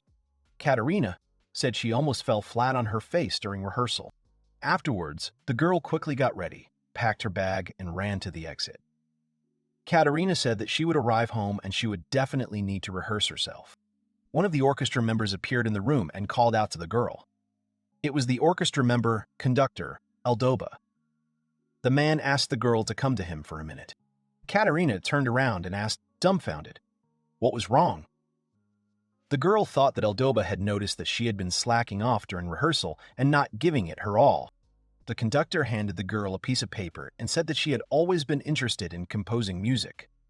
He decided to encourage her passion for this activity. The girl began to get acquainted with what was written, and the man at that time put his hands behind his back and said that for their next concert, they needed original music. Usually he composed it, but now he has a lot of other work. The girl looked at the conductor with admiration and could not believe that he relied so much on her. Eldoba said that he had entrusted this matter not only to the girl, but if her piece was the best, they would play it. Katerina was full of confidence and determination, so she immediately agreed. Eldoba smiled encouragingly and made a hand gesture to the girl, saying that she had exactly 1 week to do all this. Afterwards, Eldoba smiled sarcastically and told the girl that he understood how hard it was to compose music, but rehearsals were also very important. Katerina realized that he noticed how lazy she was during rehearsals. The girl didn't know whether she would be able to cope with this task or not, but another chance might not come. But she didn't have much of a choice. She really wanted to start writing her own music for a long time, so she took a piece of paper and began to read the rules. The girl raised her hand, clenched it into a fist, and shouted that this was where her talent would finally be revealed. Catherine McClare was ready to take the title of honorary composer. After thinking for a while about what kind of plan her work would be, the girl grabbed her head in horror, realizing that she had almost no fresh ideas in her head, only emptiness. And so 6 days passed, and the girl still hadn't come up with anything. She kept trying to find inspiration, sitting on the couch at home. It was already evening, and the girl hadn't even rehearsed. Soon she began to get a little angry with herself, calling to take the whole situation into her own hands. The girl needed to calm down, and she decided that today she would simply skip dinner and sleep less. But she would get the job done. Taking the violin in her hands, the girl thought that first she needed to play something, and maybe then something would come to her mind. Again, this task required strong concentration. From the very beginning, she closed her eyes and gradually extracted sounds from her musical instrument. At first, not everything went as smoothly as it could have, and so she tried again and again, soon finding her own tempo and concentration. She was focused, and the music began to come by itself. The girl noted that the rhythm was quite good. Katerina sat at this occupation almost all night. Soon she enthusiastically raised the sheets of paper and shouted that everything was head. Assessing her work, she realized that she had done well. But then she stopped herself, realizing that it was just her neighbor's song, and the girl had simply taken it apart note by note and written it down. As it turned out, Katerina had been listening to music all her life, but her neighbor's songs were something new and unusual. She wondered if her neighbor could be a famous musician. Fearing that it could be plagiarism, the girl scattered all the sheets of paper around the room, saying that she would not hand in this work. Her pride did not allow the girl to use this melody.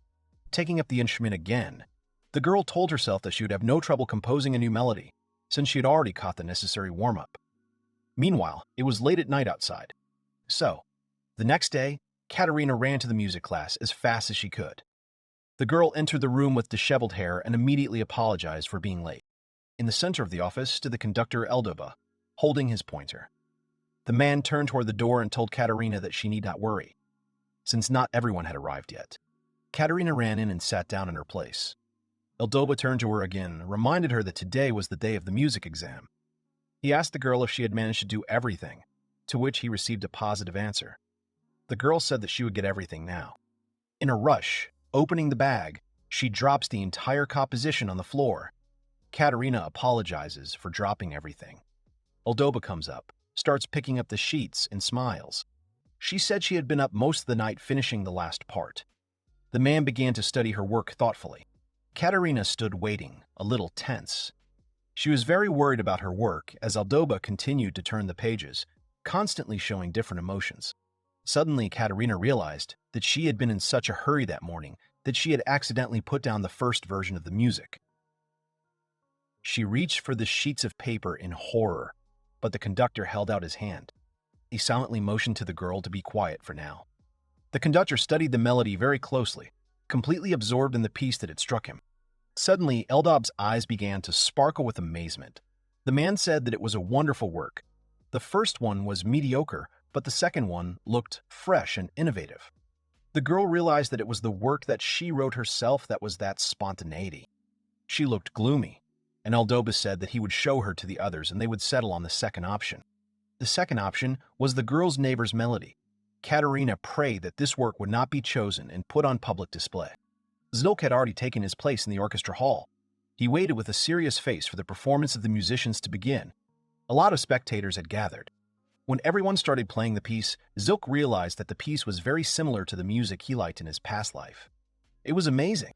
Conductor Aldoba continued waving his baton, indicating the key. Zilk thought that if he listened more carefully, he could understand it exactly. The guy closed his eyes and enjoyed it. He soon realized that it was that same melody, exactly the same. It nostalgically brought back good memories of the moments before his reincarnation. In the end, Katerina came up with a great composition. It was the same music she had heard as a child, sitting by the window where she could hear her neighbor. The entire orchestra of musicians rejoiced. They shouted to the girl that all the tickets for the next concert had already been sold out, which was a colossal breakthrough and success. Katerina began to feel embarrassed, and the others continued to say that the girl had already said before that she wanted to compose her own composition, but who would have thought that she would create such a masterpiece the first time? Everyone began to surround the girl with smiles on their faces and began to congratulate her on her triumph. Katerina was very embarrassed at this moment, thanking those around her. Soon the conductor Aldoba raised his hand and waved to the girl. He called out to Katerina and asked her to come to him for a few minutes. The girl began to make her way out of the crowd. When she approached, another adult man, who stood next to Aldoba, immediately appeared in front of her. He asked the conductor about the author of this beautiful composition. Aldoba smiled and modestly introduced the man. He pointed at him and said that this was the director of the opera house, Marco Monpicino, a very famous man in his circles. Katerina smiled and made a small bow, holding her dress. The girl said that she was glad to meet him, and then introduced herself to him. The girl understood that this man was a very big shot in the community of musicians. Marco said that moments like these, when young talents show themselves, always make his heart flutter. Afterwards, Marco solemnly raised both hands up, pointing his index fingers at the ceiling. The man said that, thanks to Katerina, his opera house was now on everyone's lips. Then Marco put both hands behind his back and, without ceasing to smile, said that he did not want to miss such a wonderful opportunity. Katerina, however, did not understand what was being said at first. Marco spread his arms wide and asked the girl to write another composition. He also added that he understood how difficult it would be to surpass this composition, but he was confident in its success. Marco bowed and began to walk away towards the exit. A joyful Aldoba turned to the girl and asked her if she could repeat her success. Katerina agreed. Afterwards, the girl returned home. She was full of emotions. She had definitely achieved success among her comrades and superiors, but now she needed to write another composition. She grabbed her head and started screaming. The girl understood perfectly well that she would not be able to surpass the composition they played at the performance. In addition, she remembered that the composition she wrote herself, Aldoba appreciated as spontaneity. With her abilities, the girl thought that she would not satisfy the ears of even ordinary listeners. And about Aldoba and Margot, there was even less need to talk. Suddenly, she got the idea that she could overhear her neighbor's song again and write an arrangement for it, breaking it down into notes. So, after the rehearsal, the girl went home and spent the whole day eavesdropping on her neighbor, hoping that he would finally start singing something. The girl took her instrument and stood by the wall for a long time. She still couldn't make out the music that was playing. Surprisingly, the neighbor was very modest today, and that wasn't enough. Soon she was again sketching out her own music.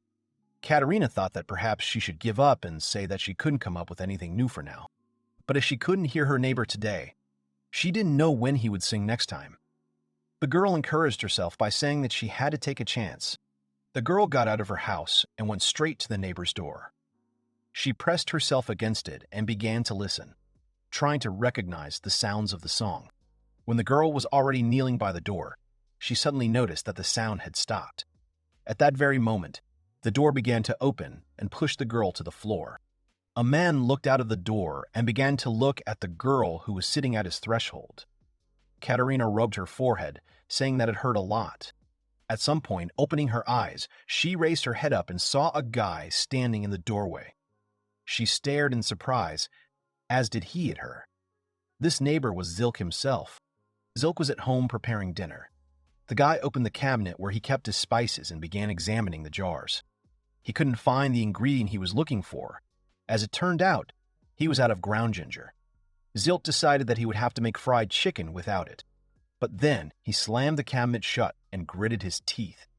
Zilk said that without ginger, the dish would not be tasty at all. Then he straightened his clothes and prepared to go to the store. Quickly putting on his outerwear, Zilk rushed to the door, glancing at the time.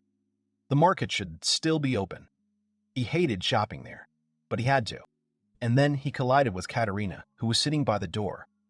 Zilk quickly opened the door and hit the girl in the forehead, leaving a small mark. Zilk didn't know Katerina yet.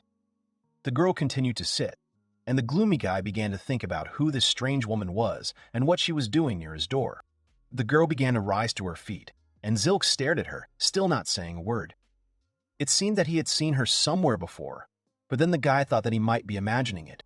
Katerina lost her temper and dropped her hands and screamed, telling the guy to be careful when he opened the door. She was very angry, and it was visible on her face. Zilk was embarrassed by this cry and folded his hands together. The guy said that the girl herself crept up to his door, pretending to pass by. Afterwards, Zilk slightly bowed his head and said that he had no idea who she was. Afterwards, the guy asked the purpose of the girl sitting glued to his door. The girl continued to scream indignantly, denying everything. Zilk said that if she continued to lie to him, he would tell everything to the house security, and then called the girl a stalker. The guy said that ordinary passersby don't sit at other people's doors. Katerina fell silent, hesitantly starting to say something while Zilk pierced her with his gaze. Zilk became more serious with each passing second and Katerina gave in. She folded her hands and began to apologize, saying that she would explain the reason if the boy did not complain to anyone. She lowered her eyes in disappointment. Zilk thought that she was about to tell him the truth. The guy said that he would listen to the girl without giving her away. Katerina was very shy and asked where they would talk. Then she added that she lived nearby, but it would be better not to go to her place. Then she added that it would also be very strange to go to Zilk's. The guy began to get indignant when he heard that the girl, as it turned out, was his neighbor. After that, Zilk went out into the hallway and told the girl to grab some outerwear. Then they went outside and the guy led her towards the coffee shop. When they went inside, Katerina enthusiastically looked around the interior of Rondel's establishment and said that it was very beautiful. Zilk did not really like her noisy company. Then the guy thought that next time it would be better if he came alone. Taking off his coat, the guy asked the girl about the drink she would like to drink. Katerina picked up the menu and began to study it. The girl said that she had not yet decided, and continuing to look at the pages of the menu, added that she did not even know what to choose. Zilk continued to analyze her actions. The guy sat opposite and saw that the girl was choosing slowly, which was strange to him. Afterwards, the girl said what she had chosen.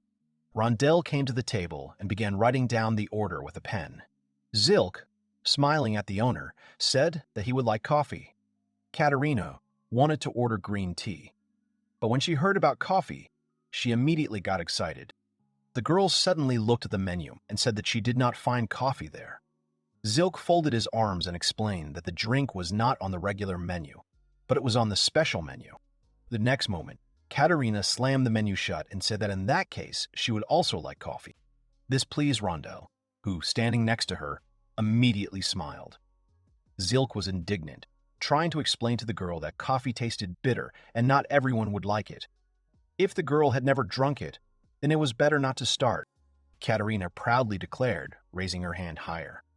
She pointed to herself and said that green tea also tasted bitter. If they were similar, then the girl could easily cope. Then she repeated that there would also be coffee. Zilk exchanged glances with Rondell, who continued to smile. The man said he understood the order and would make 2 coffees. The girl reached for a handkerchief to wipe her hands. Zilk noticed that there was elegance, lightness, and a certain grace in her movements. Katerina continued to sit and smile. The apartment building they lived in was not cheap. This meant that either the girl earned well or was from a wealthy family. The girl decided to break the pause between the guys and said that while they were waiting for their drinks, they could introduce themselves to each other. Zilk said that was a good idea. Katerina started first, saying that she was Katerina McClare, the second daughter of the McClare family. It was obvious that she was proud of it. The girl added that she played the violin in the Capitol Orchestra. Zilk folded his arms and was surprised by the last fact about the girl. He asked her again about the Capitol Orchestra, continuing to stare at her a little displeasedly. Afterwards, Zilk went back in time and remembered Katerina. Right, that's where he saw her. The guy said he saw her recently at the theater. Katerina was glad that Zilk was present at her concert. Afterwards, she smiled very sweetly, folding her hands under the table. The girl asked the guy's name, and Zilk quit that the stalker didn't know the name of the one she was following. The guy exhaled and also folded his hands and looked at Katerina. Then he calmly said that his name was Zilk. Luren and he was the inventor of magical instruments. The girl's face darkened, and then she stood up and pointed her finger at her interlocutor. She shouted that she had written many complaints to his office, and nothing had changed. At that moment, Zilk narrowed his eyes in disdain and began to recall those very complaints of Katerina. Zilk stood up and said that Katerina was a snake. He said that it wasn't enough for the girl to send him her letters to the office all the time, so she decided to show up at his house. Katerina started to lose her temper and said that she had only just found out that she had been living next to Zilk all this time. If she had known earlier, everything would have been different. Both interlocutors were very angry. At this point, Rondell came up and thanked me for waiting. It was very awkward to butt into such a situation, but something had to be done. The owner of the coffee shop began to put drinks on the table. The man said that he also brought extra sugar and milk if anyone wanted to dilute their coffee. Zilk turned to Rondell and thanked the man. Katerina, meanwhile, held up her cup and said that the coffee smelt nice. It was the first time she had seen the dark drink. Afterwards, continuing to sniff, the girl also noticed that the coffee was hot, so she had to be careful. She carefully began to bring the coffee and tasted it. Taking a sip, the girl immediately moaned that it was very bitter. Zilk smiled, because for him, it was an obvious outcome. Katerina said that she would have managed, as she said, but it was too much. Zilk was enjoying his drink and pointed to the additives nearby. The guy said that if she found the coffee bitter, she could add milk and it would be easier to drink. Katerina looked at the milk jug and reached for it. The milk was also warm and the girl said that she would try adding it. Then she began to slowly pour the milk inside. The girl looked indignantly into her cup and said that the color of the drink had changed greatly. Zilk smiled and urged her to try it again. When Katerina took her next sip, she very slowly took the cup back and solemnly declared that it was very good. Her eyes were shining with amazement. Katerina threw back her cup and said that she could drink that. Zilk thought that they had escaped with something, because if the girl had not liked the coffee, she might, in his opinion, have been rude to the owner. Having put down his cup, Zilk folded his arms again and began a dialogue. The guy asked what the girl was doing at his door if she wasn't going to leave another complaint about his invention. Katerina was a little embarrassed and began to get nervous again.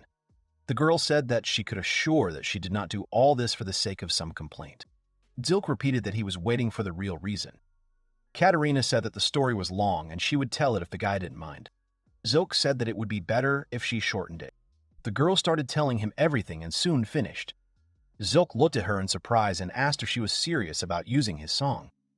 Now the guy understood why the melody seemed familiar to him. He saw the furor and concluded that if the girl's first song was successful, she was asked to compose another one. Katerina confirmed, bowing her head down. Zilk continued his questioning, saying that the girl had not thought of anything better than to sit under his door and listen until he sang again. Zilk turned his head to the side and said that he understood everything. In his opinion, the girl was not a stalker, but a voyeur. Katerina stood up and indignantly said that this was all wrong. She shouted that the guy himself was to blame, since he could be heard through the wall. Zilk admitted this, but then said that this did not give her the right to sit at another person's door. Katerina, however, continued to sit embarrassed and, folding her palms, asked for forgiveness. She asked if Zilk was angry that she used his song. Zilk got up from the table, threw on his coat, and said that since he had disturbed the girl's studies with his singing, they were now even. Moreover, he was not a musician, and this song was not his composition. Afterwards, Zilk turned around and said that he was going home. Katerina did not understand his last words and stood up, quickly grabbing the edge of his clothes. She wanted him to stop. The girl also got up from the table and said that she might have heard wrong. But Zilk had just said that it was not his song at all, as she thought. Zilk turned around in surprise, and then smiled at the girl. He thought that if he told her the truth, she would think he was crazy. Then Zilk said that in this country, he was the only one who knew her. Katerina first thought that it really was a song that no one knew except him. The girl grabbed his coat again and said that the guy probably had more such masterpieces. The girl said that she could play them. Zilk said he wasn't interested and she could find another fool. Katerina grabbed his clothes tightly and wasn't going to let go until the guy agreed. Zilk continued to resist for a while, telling her to sort out her own problems. But then he agreed. He turned to the girl who had told him about the deal between them. Zilka was slightly interested in this. He was interested in what she could offer him, so without taking off his outerwear, he sat back down at the table, saying that he would listen to Katerina. The girl said that he could give her his songs and she would play them. For this, she would give him 40% of the fee for the performances, and the earnings from one melody would be about 300,000. Zilk thought about it and said that it all sounded pretty good, but he wasn't sure that every tune would make money. Besides, he didn't need the money, since he was an inventor. Zilk said that if he wanted, he could get any amount himself. Katerina was stunned. She realized that the guy could really get as much money as he wanted. Afterwards, Zilk raised his finger and said that the girl could offer him something unusual, for example, some treasure or artifact, because she was from a noble family. Katerina said something quietly and then thought about it. She said that she had something, if her memory serves her right. Zilk stood up and asked what kind of artifact the girl had. Katerina boldly declared that she had a sound garden. This device could record about 5 songs and play them whenever she wanted. Zilk immediately understood what was being talked about. Most likely, the girl was talking about the player or radio that were in his past world. This greatly interested him. He immediately agreed to this deal. But Katerina said that this thing was very expensive. Zilk said that he would give her as many songs as she wanted, and if she didn't like it, he would be ready to pay extra in money. Katerina realized that the guy loved artifacts. She later said that she often uses it herself, as she turns on music on it to listen to. Zilk began to get up and said with a smile that in that case, their conversation was over. He asked Katerina to write to him when she decided. The girl grabbed the guy's clothes, and she said she agreed. She explained that her future depended on Zilka, so it was an acceptable deal for her. After they got home, the girl went into the apartment behind the sound garden. It was quite late outside. Soon she appeared in the hallway with a small box. The device itself was very similar to a stereo speaker. Zilk took it in his hands and said with delight that it was an amazing invention. He was happy with such a deal. He took it in his hands and the guy rushed towards his apartment, saying goodbye to Katerina. The girl called out to Zilka and mentioned the complaints she had written. She asked him with disdain whether he had read them or not. Zilk replied that he had not, and then Katerina started to get indignant. He added that he had no free time. Katerina pointed at him and said that he was an inventor of magical instruments. The opinions of the customers should come first, because he should strive to improve his inventions. Zilk said that it's not that simple, and then he added the complaint should be written more logically, and not guided only by one's feelings. And before writing complaints, the girl could first at least understand a little better how magical instruments work in general. Afterwards, Zilk said goodbye and closed his door. When the door closed and Katerina remained outside, Zilk carried the column into the distance of the room, where he wanted to get to know it as soon as possible and understand how it worked. The sound garden had all the buttons you'd need.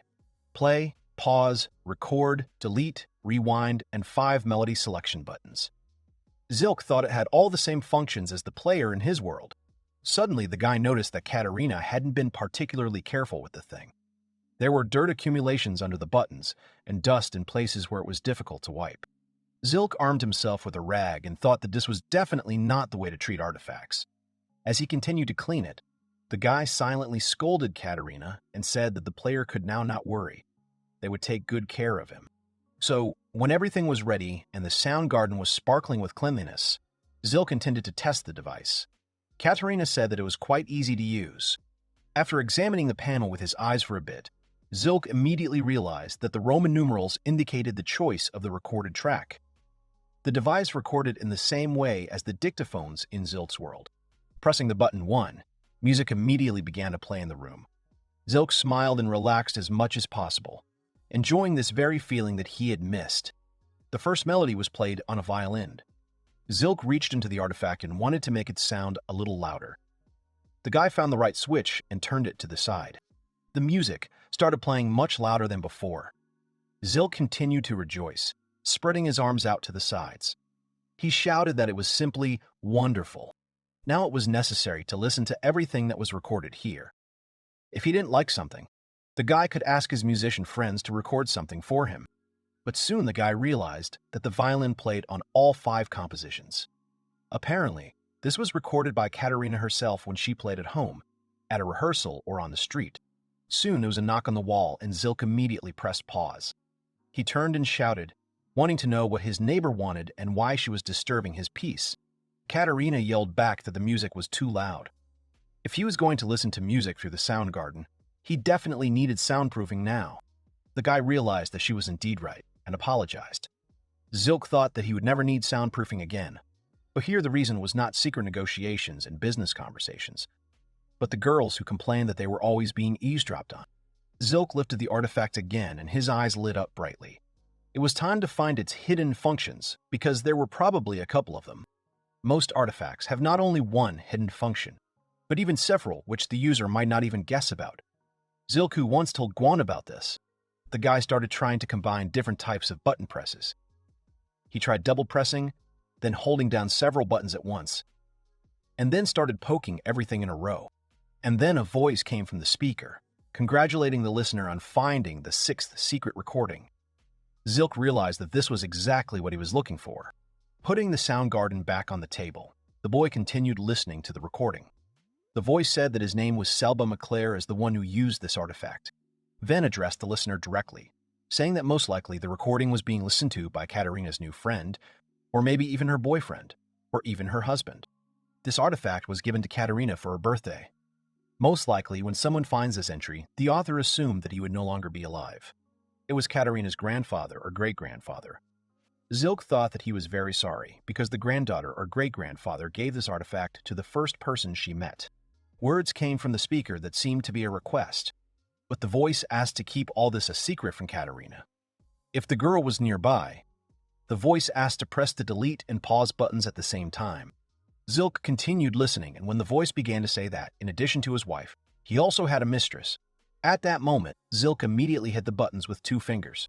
The guy understood that he didn't want to burden himself with other people's problems, but he couldn't show it to Katarina either, because, it seemed, she should know about it. Then his friends, with whom he worked together in his company producing magical artifacts, came to Zilk. The girl said the negotiations with suppliers were dragging on. They sat at Zilk's for a while, and since it was already dark, they started to get ready. Tristan said that he would take Rudge home, but she said that the guy was kind of unreliable. Tristan started shouting, pointing his finger at Zilk, and said that their master of magic tools was actually a B rank. Tristan said that even he wasn't that weak. Zilk then said that if the girl was afraid to return late, he could lend her artifacts for self-defense, and that way she would be able to fight off any villain. Rudge thought it was a good idea, since self-defense artifacts usually looked like regular jewelry. Zilk said they wouldn't stand out or interfere with the girl's everyday life. Afterwards, Rudge extended her hand and said that she was afraid that her husband would become jealous when he saw the girl wearing jewelry from another man. The husband could ask about it at home. Tristan said that Zilk has artifacts worth millions. Although, even if it is for self-defense, Wearing jewelry from another man is still somehow wrong. Zilk looked questioningly at the girl and said that it would not be a gift. Zilk simply offered to lend the artifact for the safety of his employee. Afterwards, the guy said that his assistants do not understand anything at all. But Tristan kept saying that it would definitely hurt a man's heart.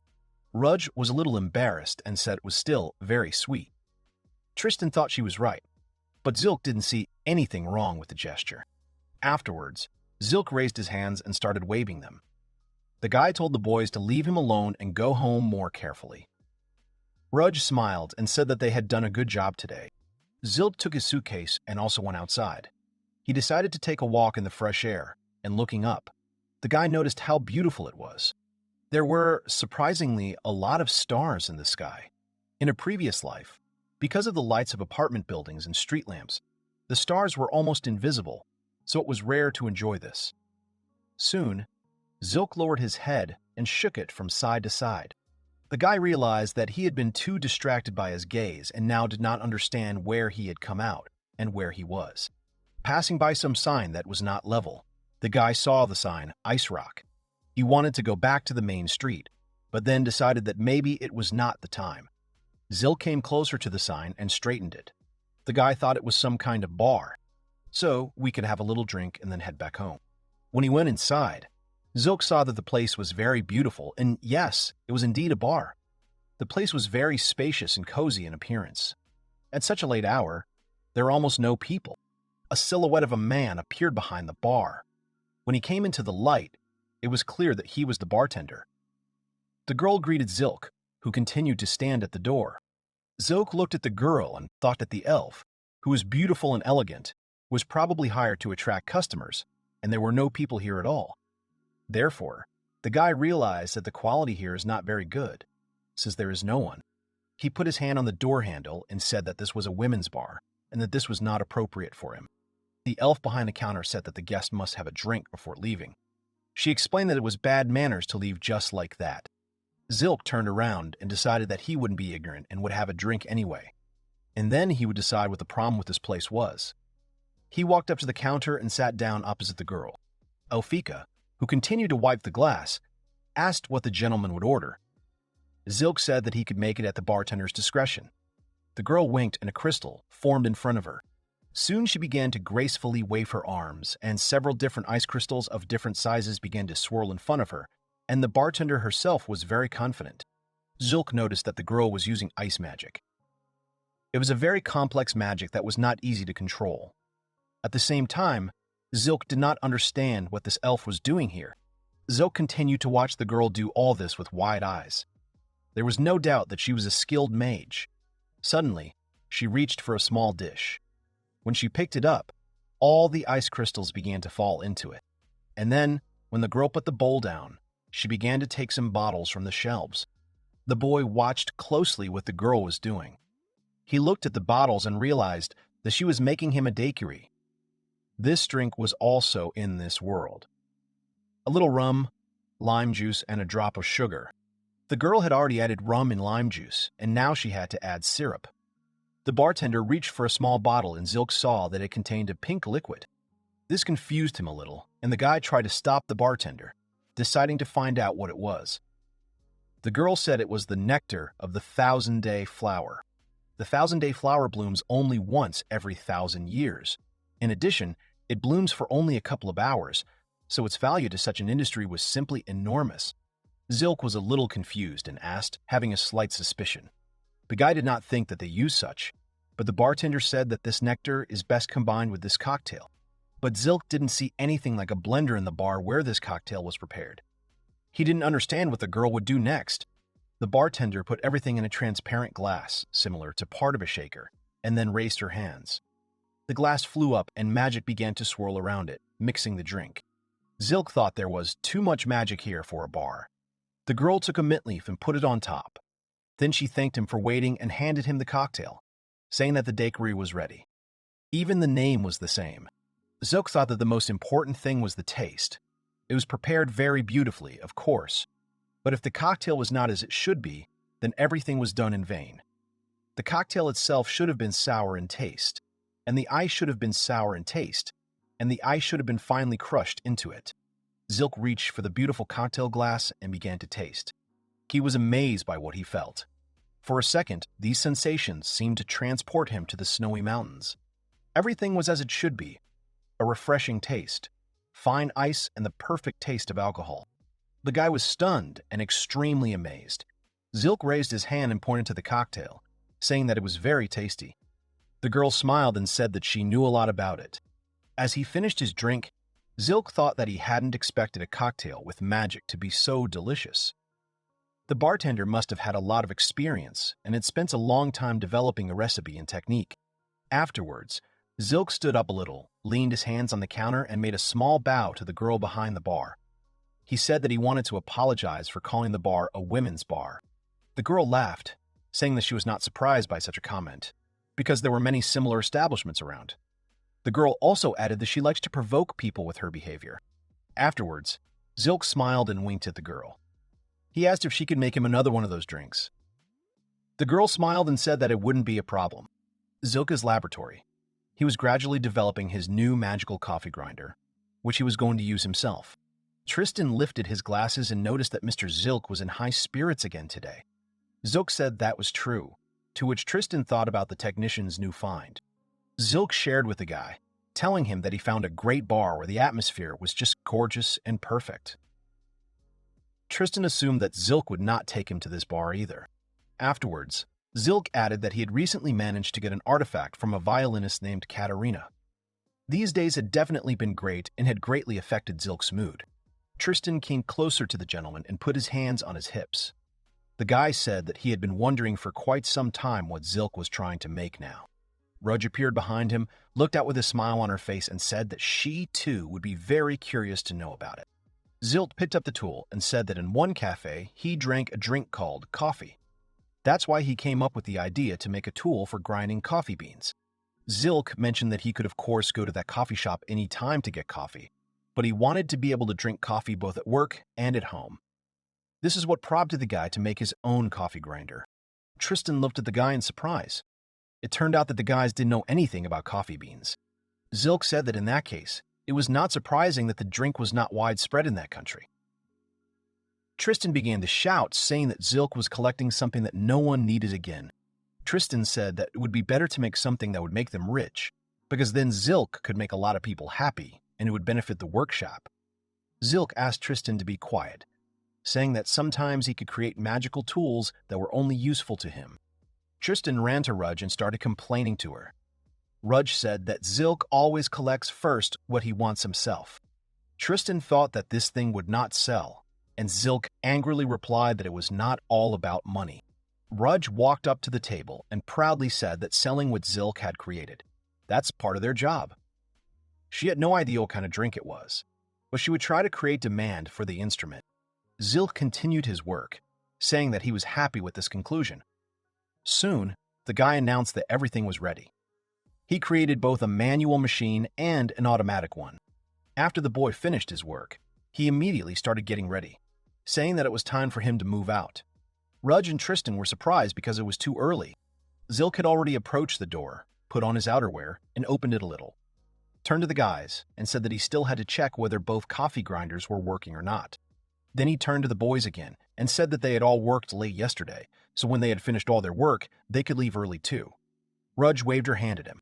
Zilk went out for a small picnic, which he organized for himself. The guy made a small tent and took with him a table, a chair, and a small portable tool, which was like a refrigerator. After he had everything set out, the guy began to lay out on the table what he had come here for. Having put down a bag of coffee and 2 coffee grinders, Zilk decided that he would immediately make himself a cup of the drink.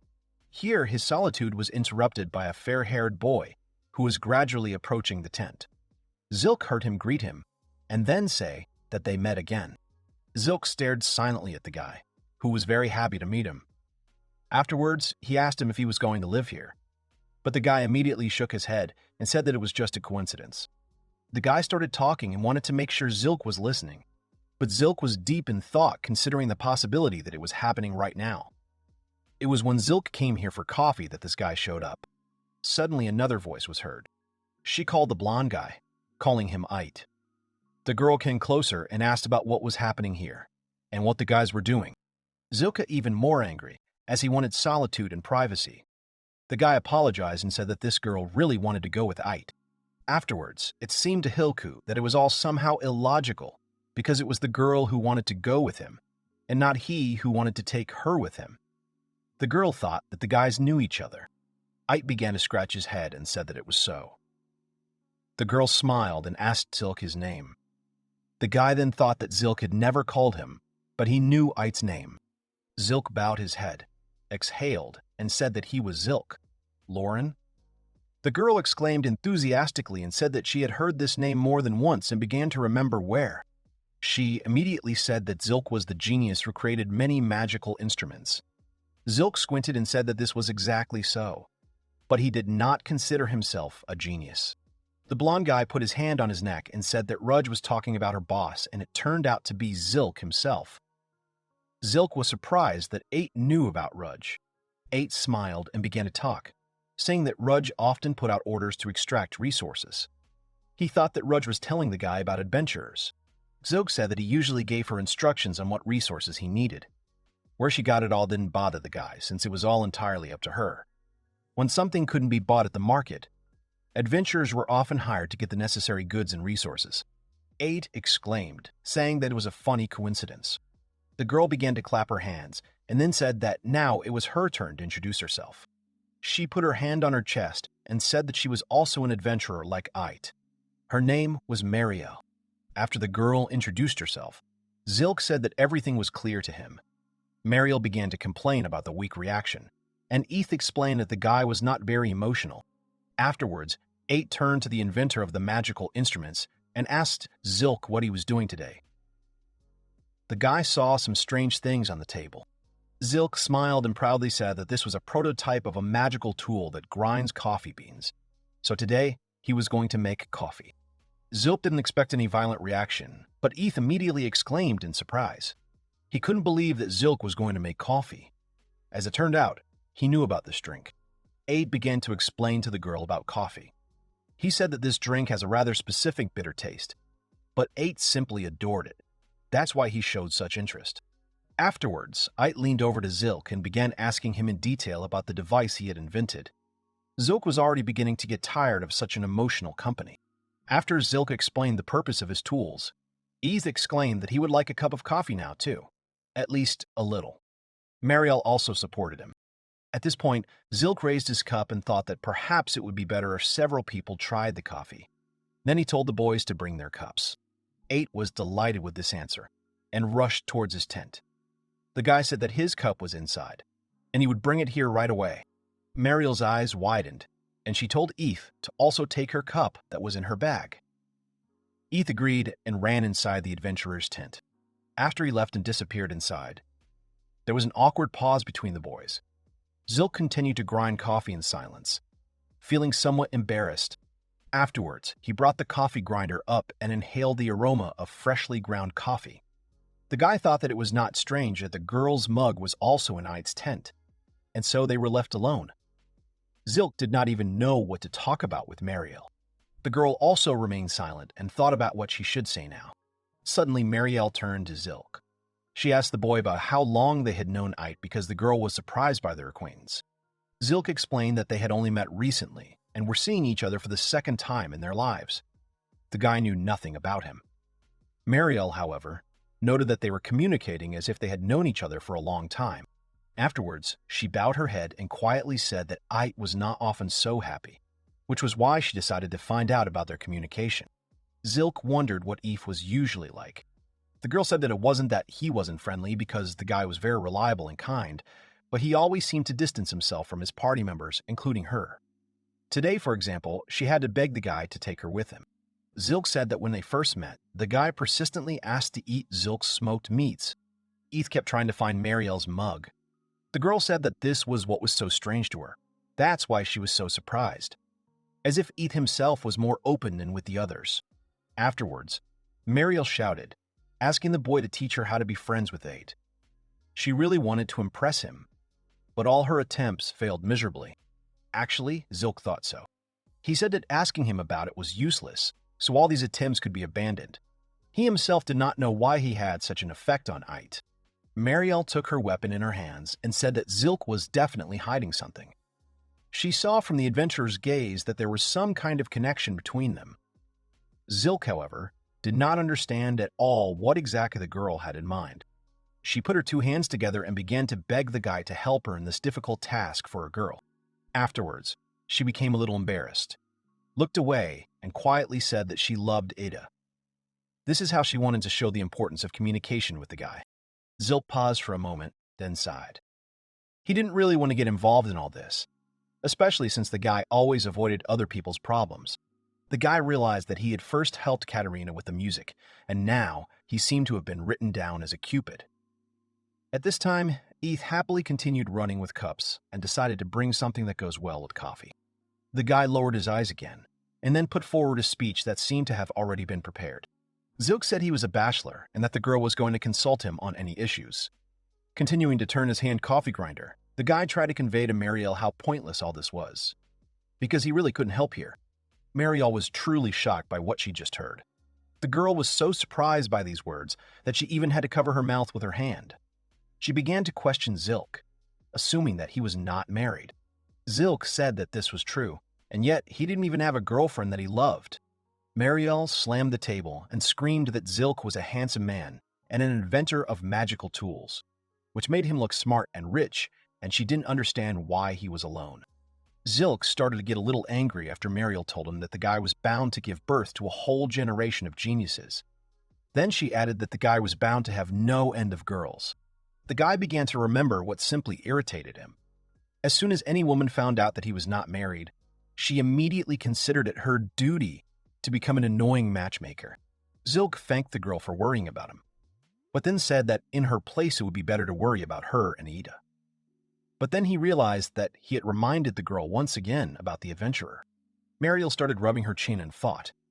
Ite and Zilk got along well, and maybe it was because they were similar, so the guy pushed her away. She also remembered that he is 28 years old, and he has never been married either. Marielle then looked sarcastically towards Zilk, who continued to avoid her gaze. The guy exhaled and then said that in this world there are other people, besides us, and 8, who, despite their age, also would not want to get married.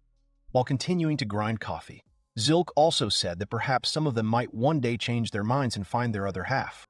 Marielle clenched her fist and said that Zilk was now telling her that Eth wanted to be a bachelor too. Zilk said that she definitely wouldn't know until she asked the guy herself. Maybe Ite has never had a girl he wanted to marry. Maybe someday this funny guy will want to have a wedding. Marielle continued to insist, saying that if he was the same as Zilk, then what about her, the girl who wanted to marry him?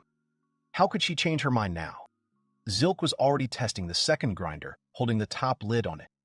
He said that if he wanted a long-term relationship with Ite, he had to be able to keep his distance. Marielle didn't understand how she could do this if she wanted to spend all her time with Ite. Then Zilk began to explain it to her in more detail. He said that single men of that age usually value and love their personal space and time very much.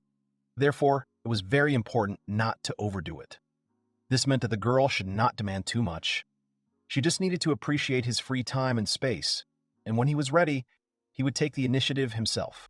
Afterwards, Zilk turned his gaze and thought that Eth was indeed somewhat similar to him.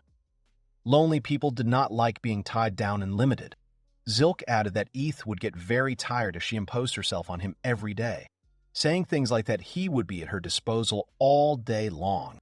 In addition, people like them are usually more cool and calm, and they do not like to find themselves in a situation where the partner is overly emotional. Zilk said that if he ever had to get married, he would definitely prefer mutual respect for each other's interests and time in their relationship. There should be harmony inside, and his partner should never give in to unreasonable emotions. No hysterics. A partner who would support him all the time. The girl made the assumption that in this case, the partner should be like a best friend. Zilk said that it was possible to say that too and started to sum it up. He said that if a girl tries to put too much pressure on Ite and tries to get closer to him without warning, he will definitely run away from her. Such people have different values than other people. Soon, Eth returned to the boys holding 2 mugs, as well as a small bag in his other hand. He noticed that the boys were chatting about something and assumed that they had already become friends here. Marielle immediately said that there was nothing like that, and Ate had misunderstood everything. The girl was afraid that he might assume that she sympathized with Zilk. Zilk was interested in the package that the guy was holding. Eth said that these were cookies he had bought in town. The guy thought that they would go well with coffee. Zilk smiled and began pouring the hot drink. He said that this was a completely different conversation and that together they would make the picnic very tasty. Soon Zilk poured hot coffee for everyone. Mariel noted that the coffee smelled great, to which Zilk agreed. Eth was already enjoying the drink. Ate couldn't stop admiring the taste of the drink. At one point, after a couple of sips, he shouted that this was really what he wanted to try. The taste of the coffee was excellent. Mariel said that the taste was bitter, but somehow very pleasant and she liked everything. Zilk also smiled, saying that the coffee really came out as it should. Ate asked if there was more coffee, and Zilk immediately replied that he had plenty with him and the guys could drink as much as they wanted. It really was much tastier with the cookies. Eth held the cup and smiled widely, saying that he was glad to hear that. Mariel was also happy along with the others. After the cups were empty, Zilk picked up the teapot and began pouring a new drink. He said it was also coffee, but now they would try it from a different instrument. Eth tried it and noted that this one seemed softer and much easier to drink. Mariel added that she agreed, but like the last one, this coffee was also very tasty. Zilk began to pack the beans, twisting the bag.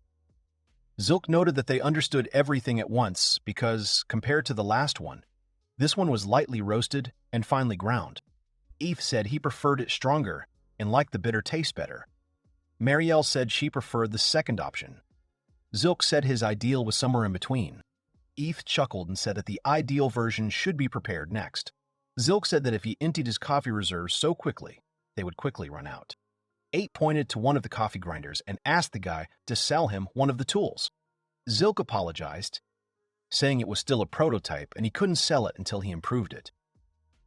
Mariel was surprised that such a thing could be improved. Zilk confirmed, saying that they could work on durability, for example. It was necessary to decide what material would be best suited. But Zilk quickly found a compromise and handed Ite a piece of paper. He said that he had written him a good coffee shop where the boy could have a wonderful drink.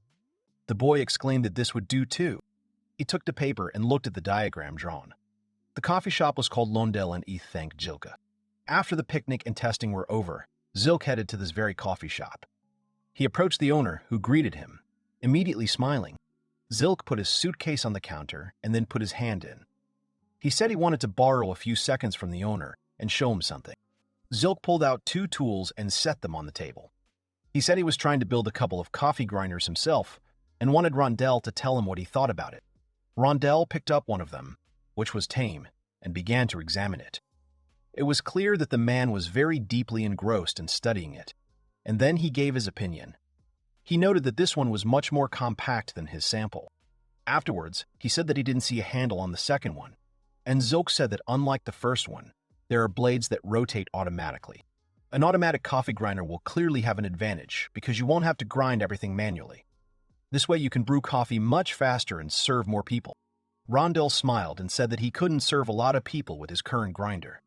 Then the owner said that he really liked these things. Rondell pointed to the second grinder, an automatic one, and asked if he could examine it. Zilk indicated with his hand that the lid could be removed and the entire apparatus could be easily disassembled. The man began to disassemble the automatic coffee grinder and said that he expected nothing less from Mr. Zilk. This version was much more complicated than the one Rondell had made. Afterwards, Zilk wanted to hear opinions on his inventions. Rondell grabbed his chin and said that if he couldn't see everything, he couldn't say for sure. He didn't think the metal was quite right for blades. With prolonged use, the coffee beans will begin to give off a metallic taste. Zilk began to write everything down. Zilk wrote down all the comments that the owner of the coffee shop, Rondell, made to him. Afterwards, he began to put his small notebook in his coat and decided to ask something himself. He started talking about the coffee grinder. I immediately thought that it would probably be better not to ask what material Rondell made it from, because it would be ugly. Rondell looked at how the guy hesitantly cut himself off mid-sentence, and he himself said that he made the blades for his coffee grinder from the claws of a silver wolf. Zilk stared at the owner of the coffee shop with surprised eyes. The owner really understood him correctly, and Zilk asked if he would mind sharing his knowledge. Rondell held up the blade in his hands and said that he was very interested in the grinder that Mr. Zilk had made. It was a breakthrough in the coffee industry. Rondell continued to smile and added that if he could help in any way, he would be happy to do so. After all, the owner wanted coffee to become more popular in the capital. Zilk was eternally grateful to Rondell. He looked at him and said that he was extremely grateful to the owner for his openness and attempt to help. Afterwards, Zilk put his hands on the counter and began to press the owner, saying that Rondell had never shared his opinion. Rondell said that he would gladly use such a device. While Rondell and Zilk were engaged in animated conversation, the door to the coffee shop swung open. A man in glasses walked in and approached the counter. It was Mr. Noid again. He saw the new device and asked if they were making coffee with other magical tools these days. Rondell said that this coffee grinder was made by Zilk, a dear customer of his. Mr. Noid turned to the guy and immediately introduced himself, putting his hand on his chest. He said that his name was Mr. Noid, and he was very pleased to meet him. Noid, rubbing his hands, said that if the boy did not mind, he would like to know his name. The young man briefly said that his name was Zilk Luren, which caused surprise. Noid pointed at the boy and said, "Is he the eldest son of the Luren family, the famous inventor of magical instruments?" Zilk said that the man was not mistaken. Noid thought Rondell had tried his magic tool today. Zilk said that was not the case, and Rondell was using his coffee grinder and his was standing next to him. Noid turned to Rondell and said that if the owner did not mind, the man would like to try coffee from Mr. Zilk's coffee grinder, and then asked if such a possibility was possible. Rondell hesitated a moment and turned to Mr. Zilk. The owner said that if the boy didn't mind, he could do it. Zilk said that he didn't mind. Afterwards, Zilk modestly said that he could not guarantee that the coffee would be as delicious as the one Rondell makes in his machine. Noid smiled and said it was okay.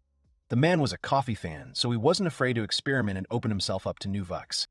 Rondell grabbed the machine that Mr. Zilk had brought and began to spread the coffee. He said that in that case, he would make Noid a cup of coffee from the new machine. Rondell started to prepare, and Zilk immediately noticed that the owner of the coffee shop was turning the millstones much slower than Zilk did. It became interesting. Maybe this was the secret of the owner's delicious coffee. Soon the coffee was ready. Zilk and Noid took a cup each and began to taste it. Zilk said that Rondell's coffee was still tastier than his. The taste was more refined.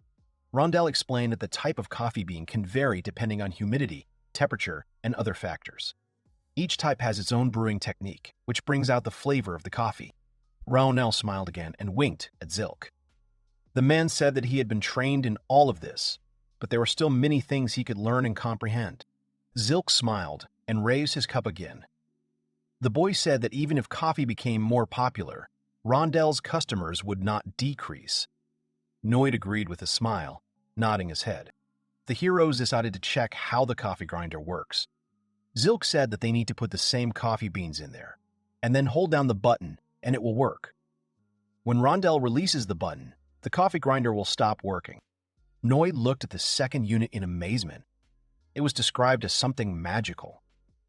Rondell was a little worried, but said he understood everything. After adding a handful of freshly roasted coffee beans, Rondell then closed the lid and pressed the button. The coffee grinder began to make noise, and the two men watched the process with interest. Suddenly, the grinder started shaking. Rondell was scared at first and grabbed it tighter, trying to hold it. Noid opened his mouth in surprise, still amazed. After Zilk said it was safe to release the button, Rondell stopped the grinder.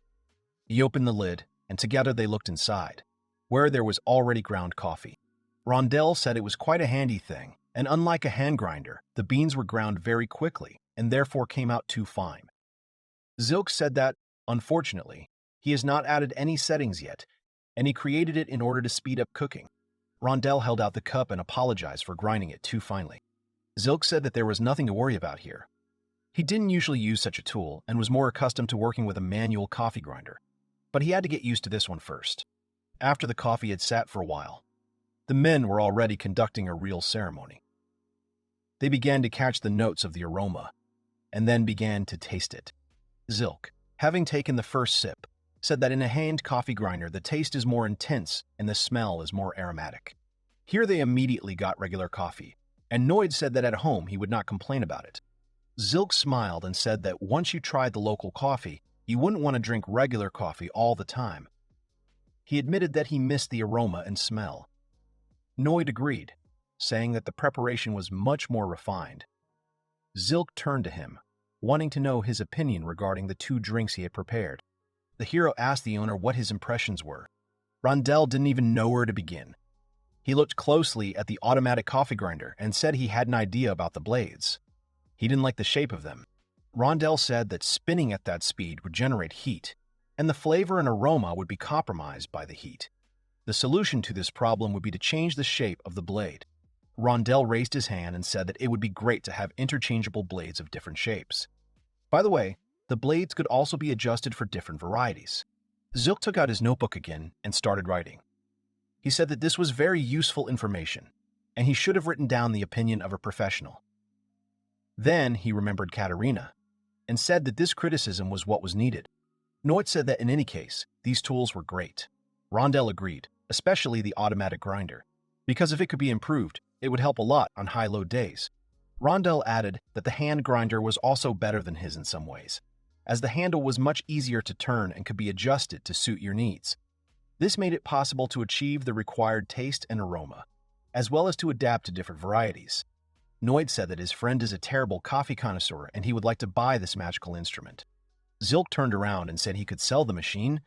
If he was happy with the unfinished product, he wouldn't mind. Then he asked about the friend in question. Noid laughed and then wiped his mustache from the remains of the wonderful drink. He said that this acquaintance was Duke Albert Bland, and he wanted to please this gentleman. The Blends were one of the most influential and powerful noble families in the kingdom. Zilk wasn't particularly interested in their patronage, but he didn't mind his grinders falling into the hands of such a coffee lover. Zilk smiled and held out his business card. The guy told Noid to send his purchase order to his workshop, and they would definitely prepare everything in a short time. The next day, Zilk was already busy refining his coffee grinders and creating the perfect machine. He had already prepared an order for the resources he needed, which was about to arrive. Tristan was watching all this when suddenly the door opened. Rudge came in and shouted that they had an order for the office from some very big shots. It was obvious that the girl was excited. Tristan screamed in surprise and decided to find out right away who they were making the tools for. The guy dreamed of getting rich and screamed so loudly that Zilk also jumped up from his seat, losing his concentration. The girl took out a piece of paper and began to read it. She said that when the guys hear it, they will definitely be surprised by such an important customer. This is their first order for such people. The girl read the customer, and then unfolded the sheet of paper and solemnly announced that their client would be Duke Albert Bland himself. Tristan began to clap his hands. Zilk continued to make a coffee grinder, and Tristan cried out that at this rate, even people higher than dukes would be making orders, because a magical instrument in such houses is a kind of advertisement. Rudge said that if they successfully completed the order, their fame would spread.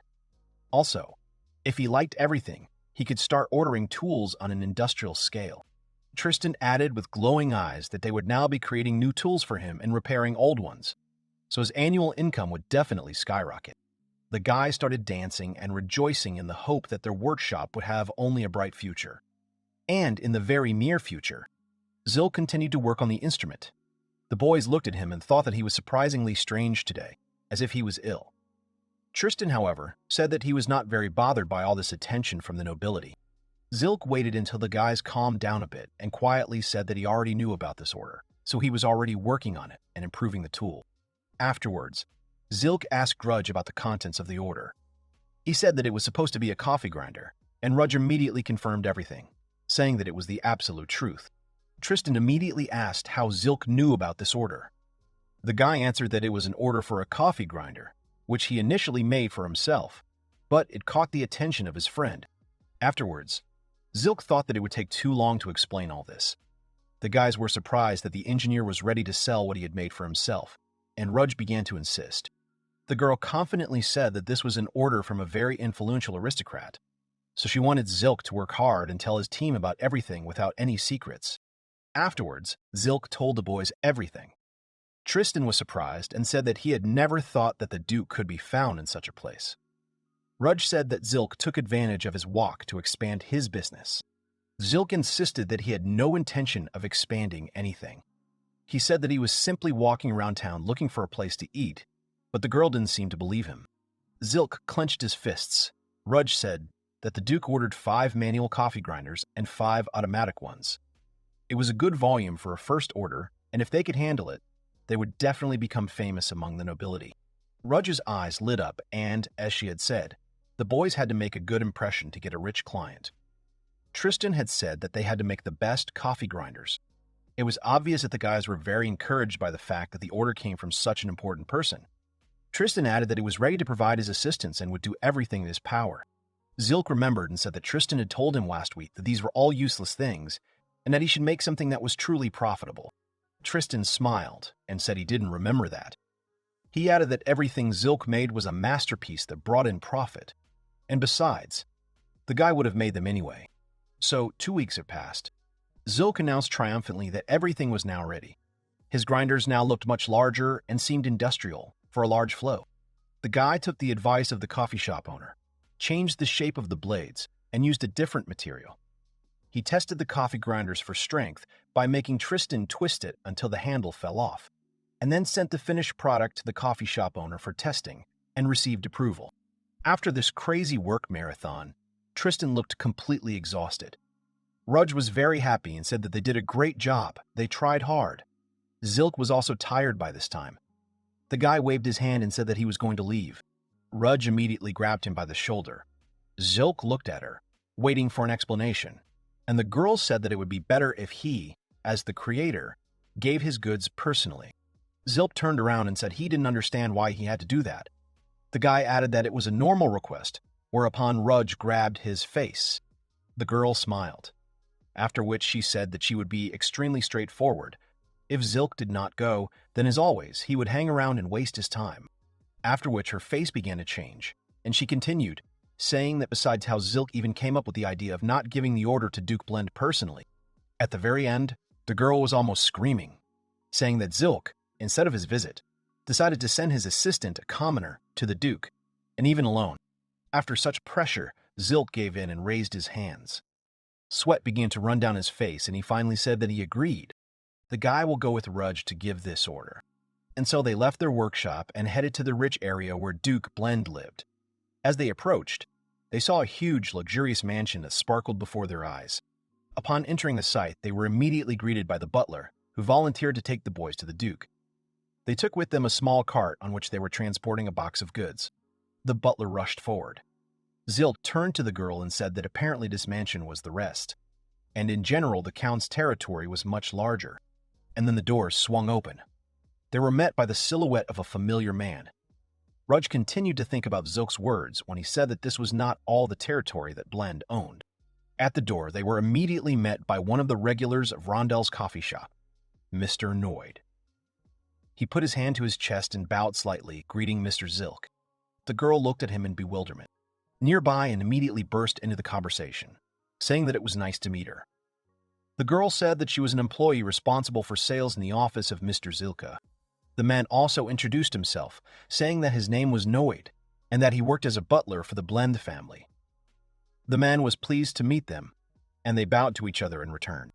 After everyone finished exchanging pleasantries, Noid asked the boys to follow him. He pointed with his hand to the next large door into the main room. Eventually, the man led the boys into the living room, telling them that they should definitely sit down. Rudge and Zilk settled down on the spacious sofa.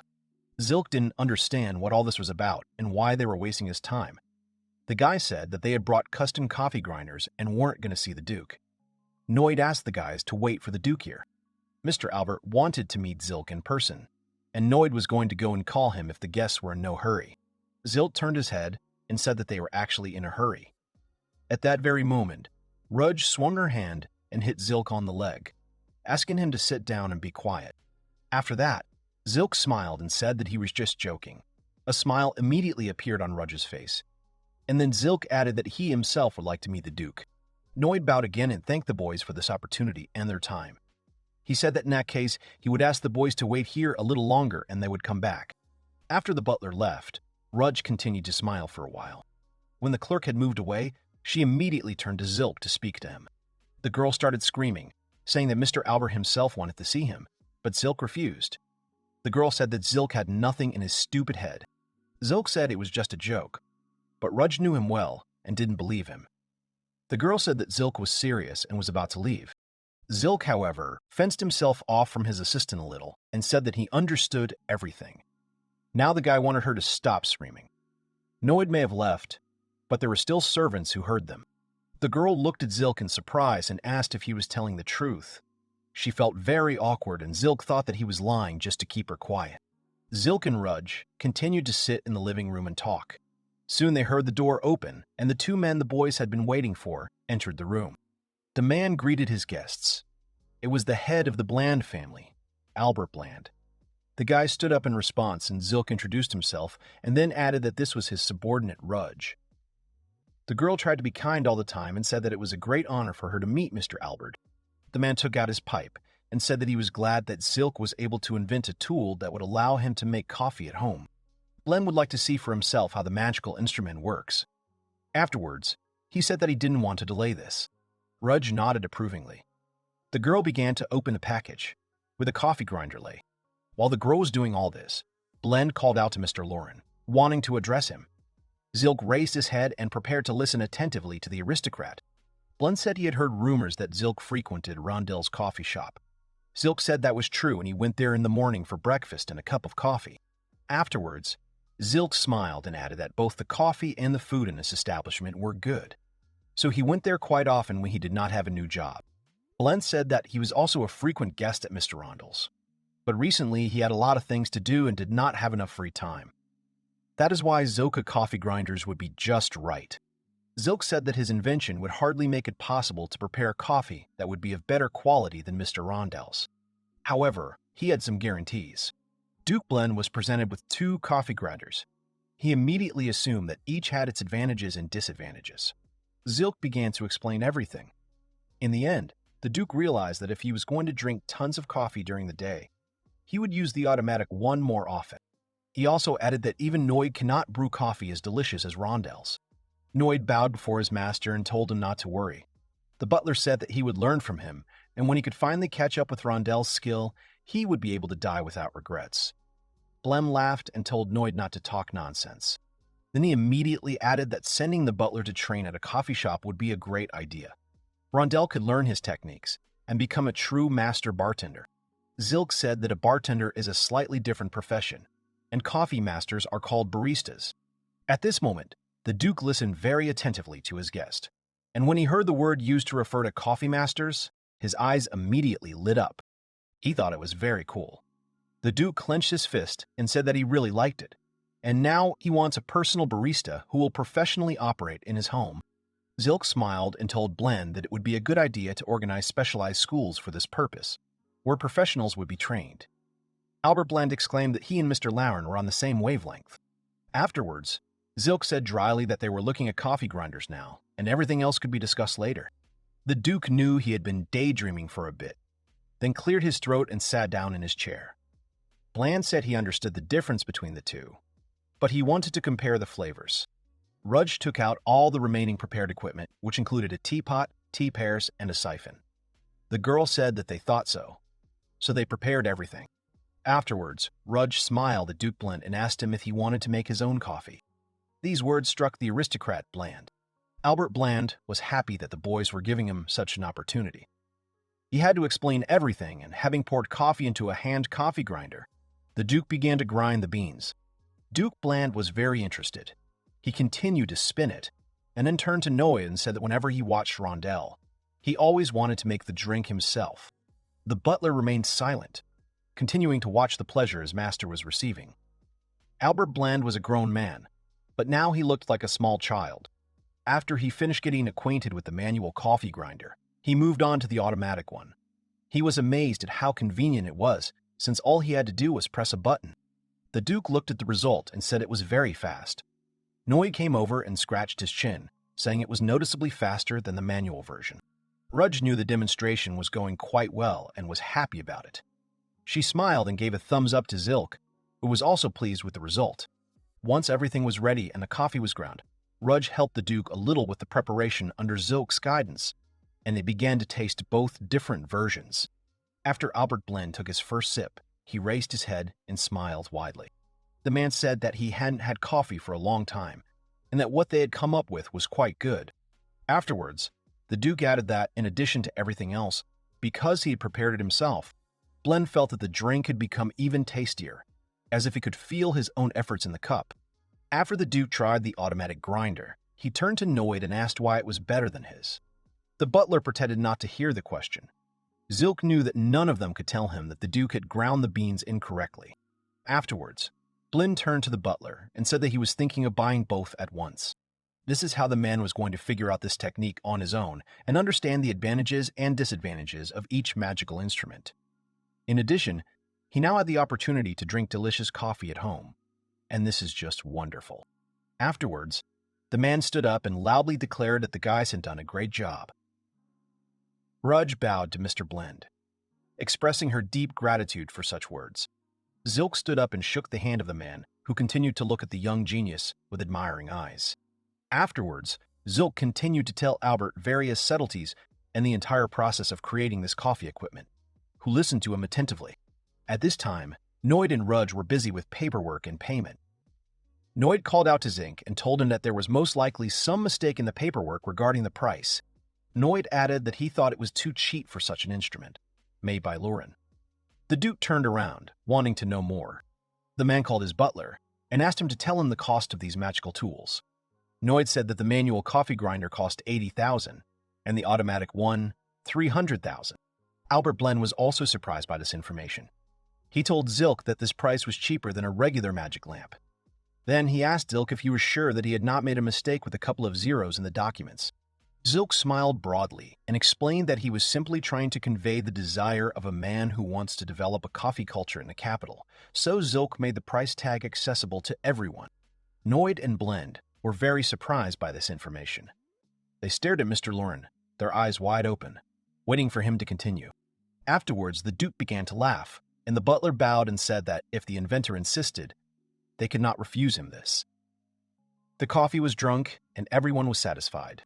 Zilk and Rudge returned to their lab. The girl was very pleased with how everything went. They continued working, but Zilk said that they could finish for today and go home. Zilk put on his coat and explained that his loyal workers had worked overtime when they were making the coffee grinders. So now, it was time to make up for it. The guys had certainly worked as hard as Zink himself, so they deserved a rest. Rudge was very happy. Folding her hands in gratitude, the girl said that this was wonderful, because she had just wanted to go to dinner with her family. Tristan wasn't as happy as his colleague. The guy said he had too much free time because he was alone and didn't have much to do. Zilk folded his arms and said that there was nothing to be done. Luren defended the position of the singles, saying that there was nothing wrong with it. Tristan asked the boss what he did in his free time. Rudge had already run away happily, slamming the door. Zilk smiled and told Tristan that a walk around the capital was a great way to refresh your head, especially at such an evening time. Zilk also added that he also goes to cafes and bars when he is free. And if he is at home, his creative potential awakens and he starts cooking something delicious. Tristan asked about how such activities bring thoughts of loneliness if you do all this completely alone and do not share emotions. Zilk smiled and said that that was the whole point. Afterwards, they all dispersed, and Zilk took out his key to close the doors to the laboratory. After Zilk left his lab, he rushed to the market, where there were a lot of people. He was thinking about what to pick up for dinner tonight. Suddenly, the man stopped in front of an aquarium, where there were several different fish, as well as other sea creatures. Suddenly, Zilk told himself that he wanted seafood for dinner. Next, he had a choice about how he could cook the fish. White fish with salt on the grill, fish in teriyaki sauce, or buy all sorts of things and make soup. After the guy looked at the products in this section, he decided that he was not in a hurry and could leisurely walk around the market again in search of the best products. Soon the guy saw that there were people he knew standing in the crowd. It was Ate and Mariella, who were also leisurely examining the various stalls. Since they were adventurers, Zilk initially thought that the guys were selling some resources that they managed to get while hunting. It was obvious that they were having a great time together. Zilk continued to look at the couple and thought that Ate was not like him after all. Most likely, the guy was not a single bachelor, which Zilk was to the very roots. Suddenly, Zilk was brought out of his thoughts by a shout coming from a megaphone. A man was offering people dragon meat to buy. The seller assured them that it was fresh and had just been delivered. Zilk, hearing this, immediately turned around and quickly rushed to the counter with this meat. The dragon was a rare delicacy that was not often seen in the city market. On the counter lay a healthy piece that looked like a neck. The price for 100 grams was 50,000. Usually such products were delivered directly to the houses of the retinue. Zilk immediately remembered how he had already eaten this meat as a child. This dish was prepared for the boy for his birthday, and all this was served in the form of a rare steak.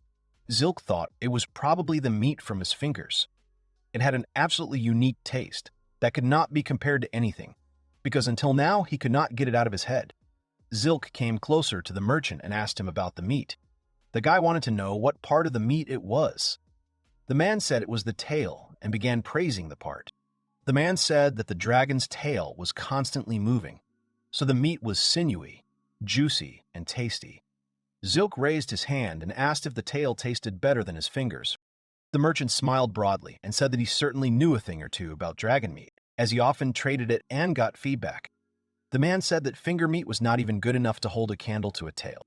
Zilk pointed at the big piece and said that the merchant had convinced him. The guy intended to buy 600 grams of dragon meat.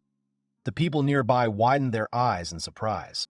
The man began to bow to the aristocrat, thanking him for the purchase.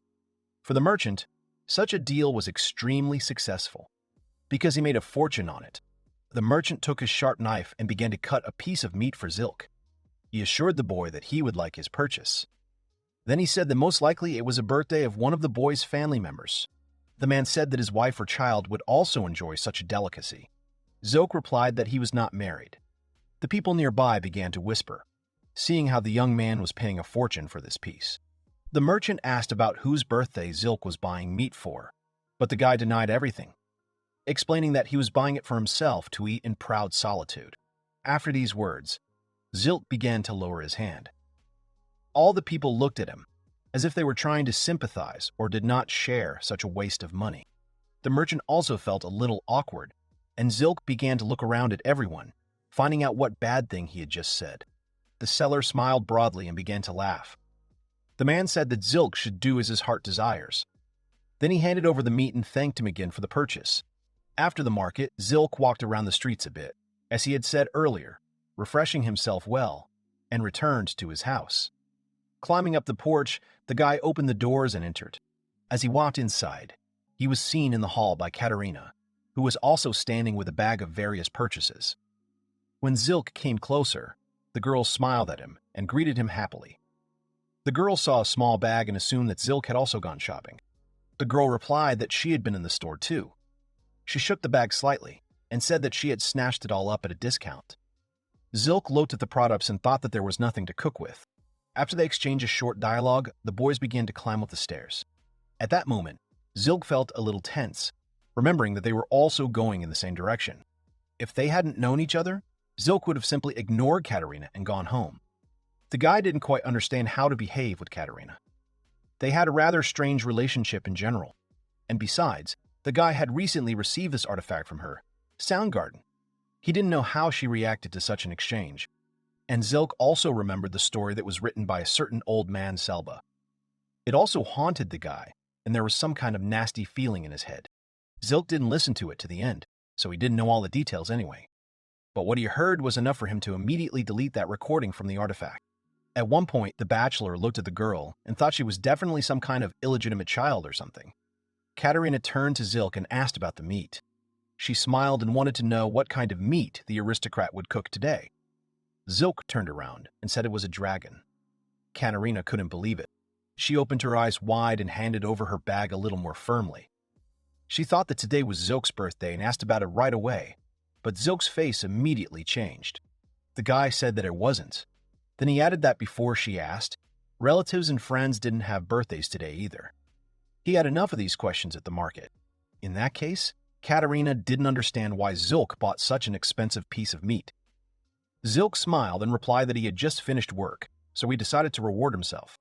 Katerina was still amazed at how wasteful Zilk could be at times. She looked at him with surprised eyes, which made Zilk uncomfortable.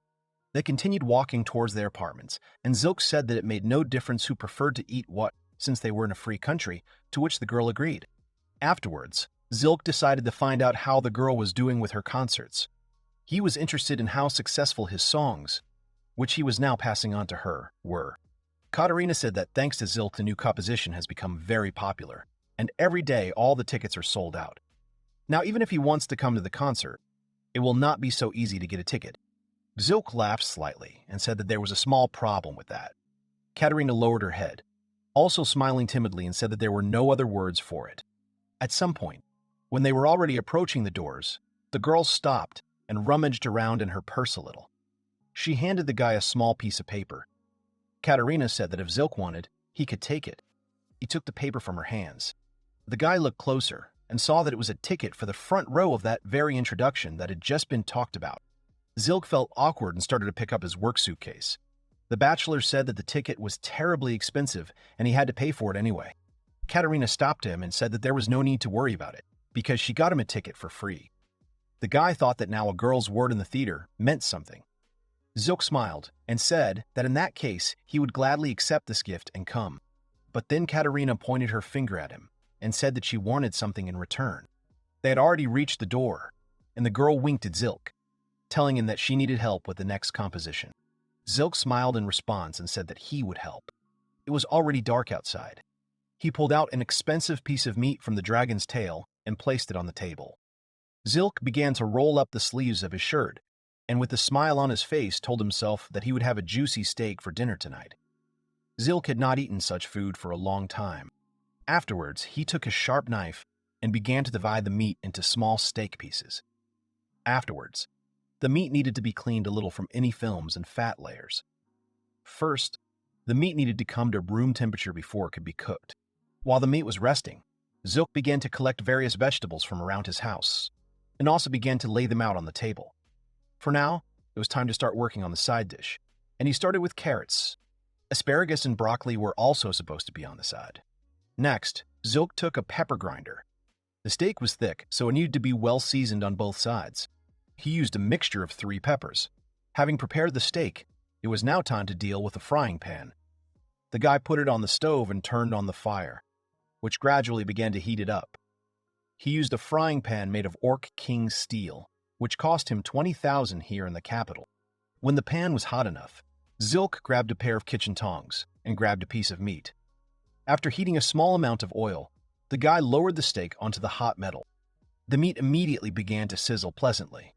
The temperature was ideal, and Zilk began one of the most important stages in cooking, on which the further roasting of the meat depended.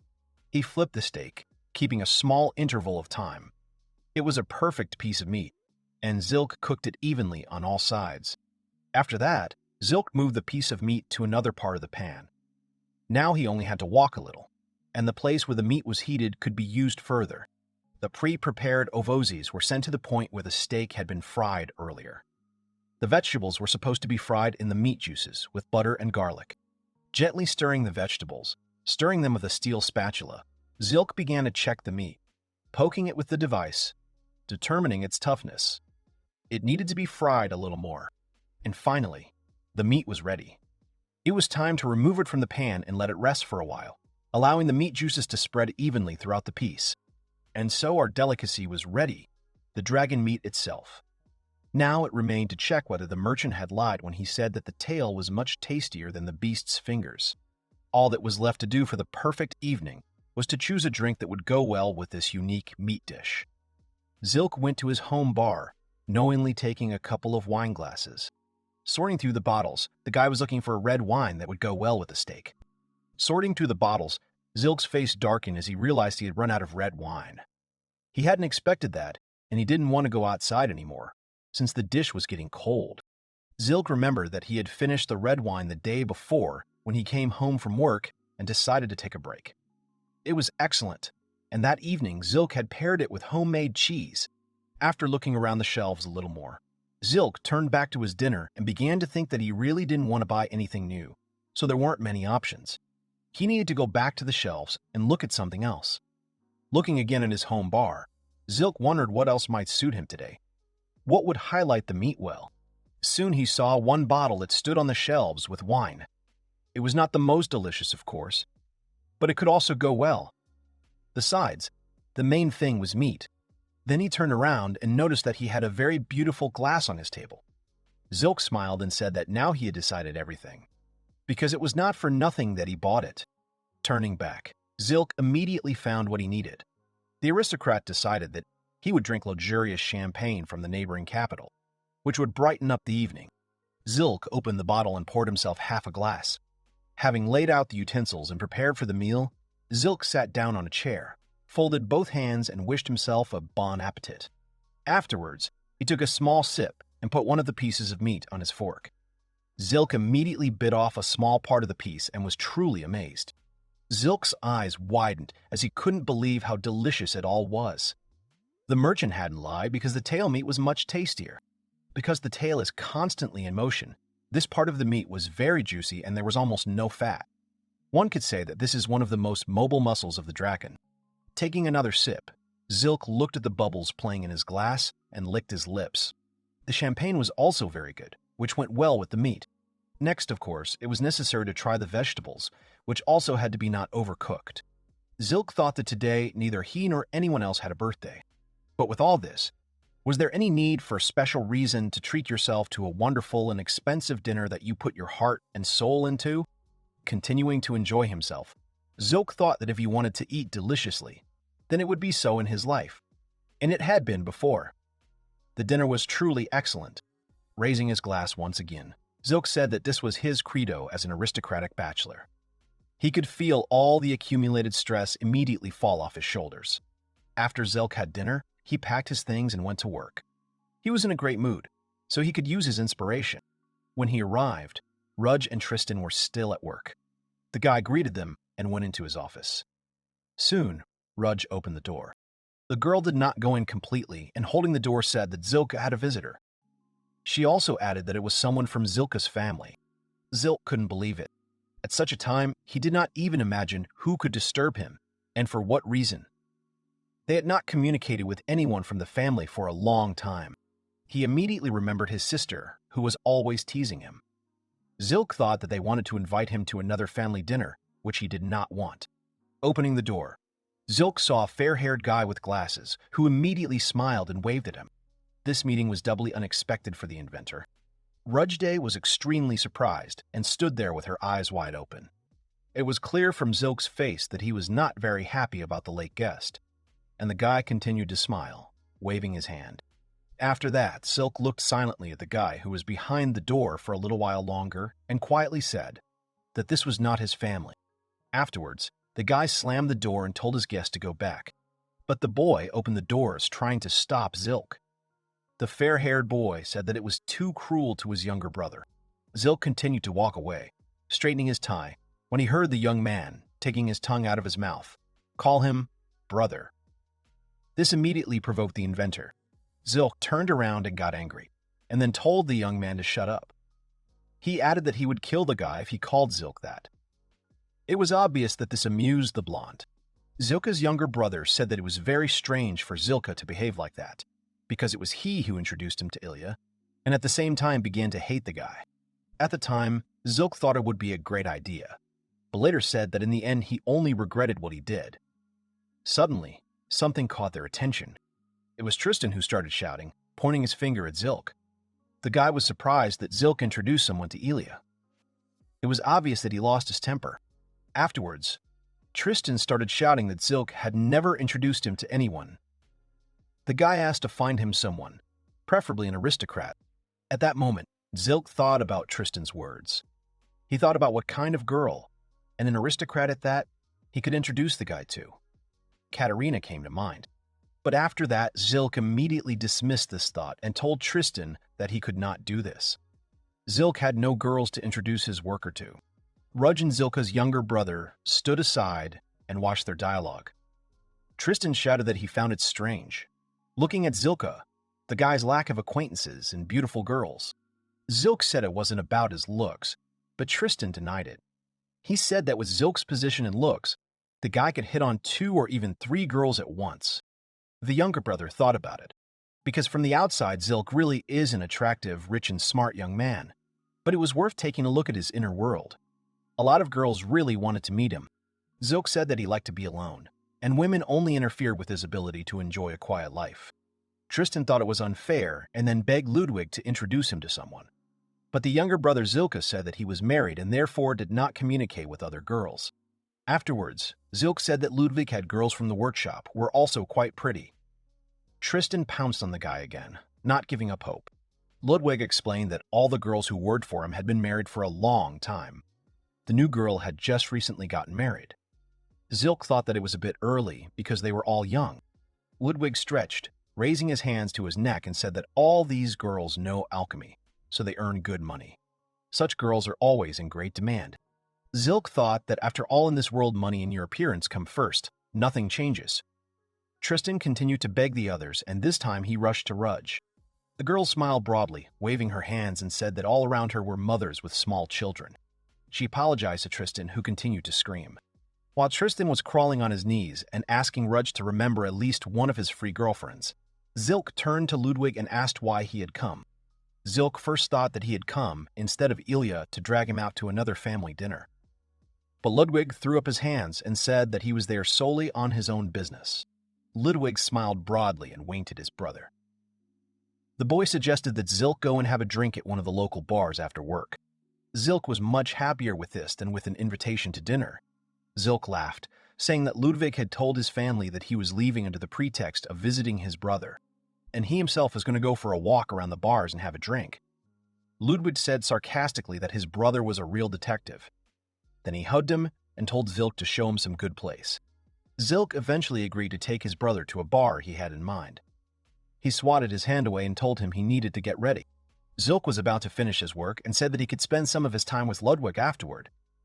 Rudge continued to soothe the whining Tristan. When the work was finished, the two brothers went out into the street and walked through the night city. The hero said that it had been a long time since he had walked the streets like this, late at night, without any reason. Zilk asked him if he had ever gone out to eat late at night. Ludwig replied that Ilya was asking him to come home early. Zilk said that it was not cool because he could not just go out for a drink in the evening. Ludwig began to remember moments from his youth when he spent more time with Zilk, and he said that he used to be able to spontaneously go and have a drink. Zilk raised his head a little, looking at the stars, and said that in that case, he was even more glad that he was not married and was not constrained in any way in his actions. Zilk explained that when you are alone, you are not bound by any circumstances. If you want to drink, you know that you will go and drink, and no one forbids you to drink, even every day. Through it all, Ludwig didn't lose his spirit. He turned around and with a big smile declared that there were also many good things and moments to enjoy in marriage. He gave the example of the time they spend with Ilya, or, for example, the time he spends with his beloved daughter.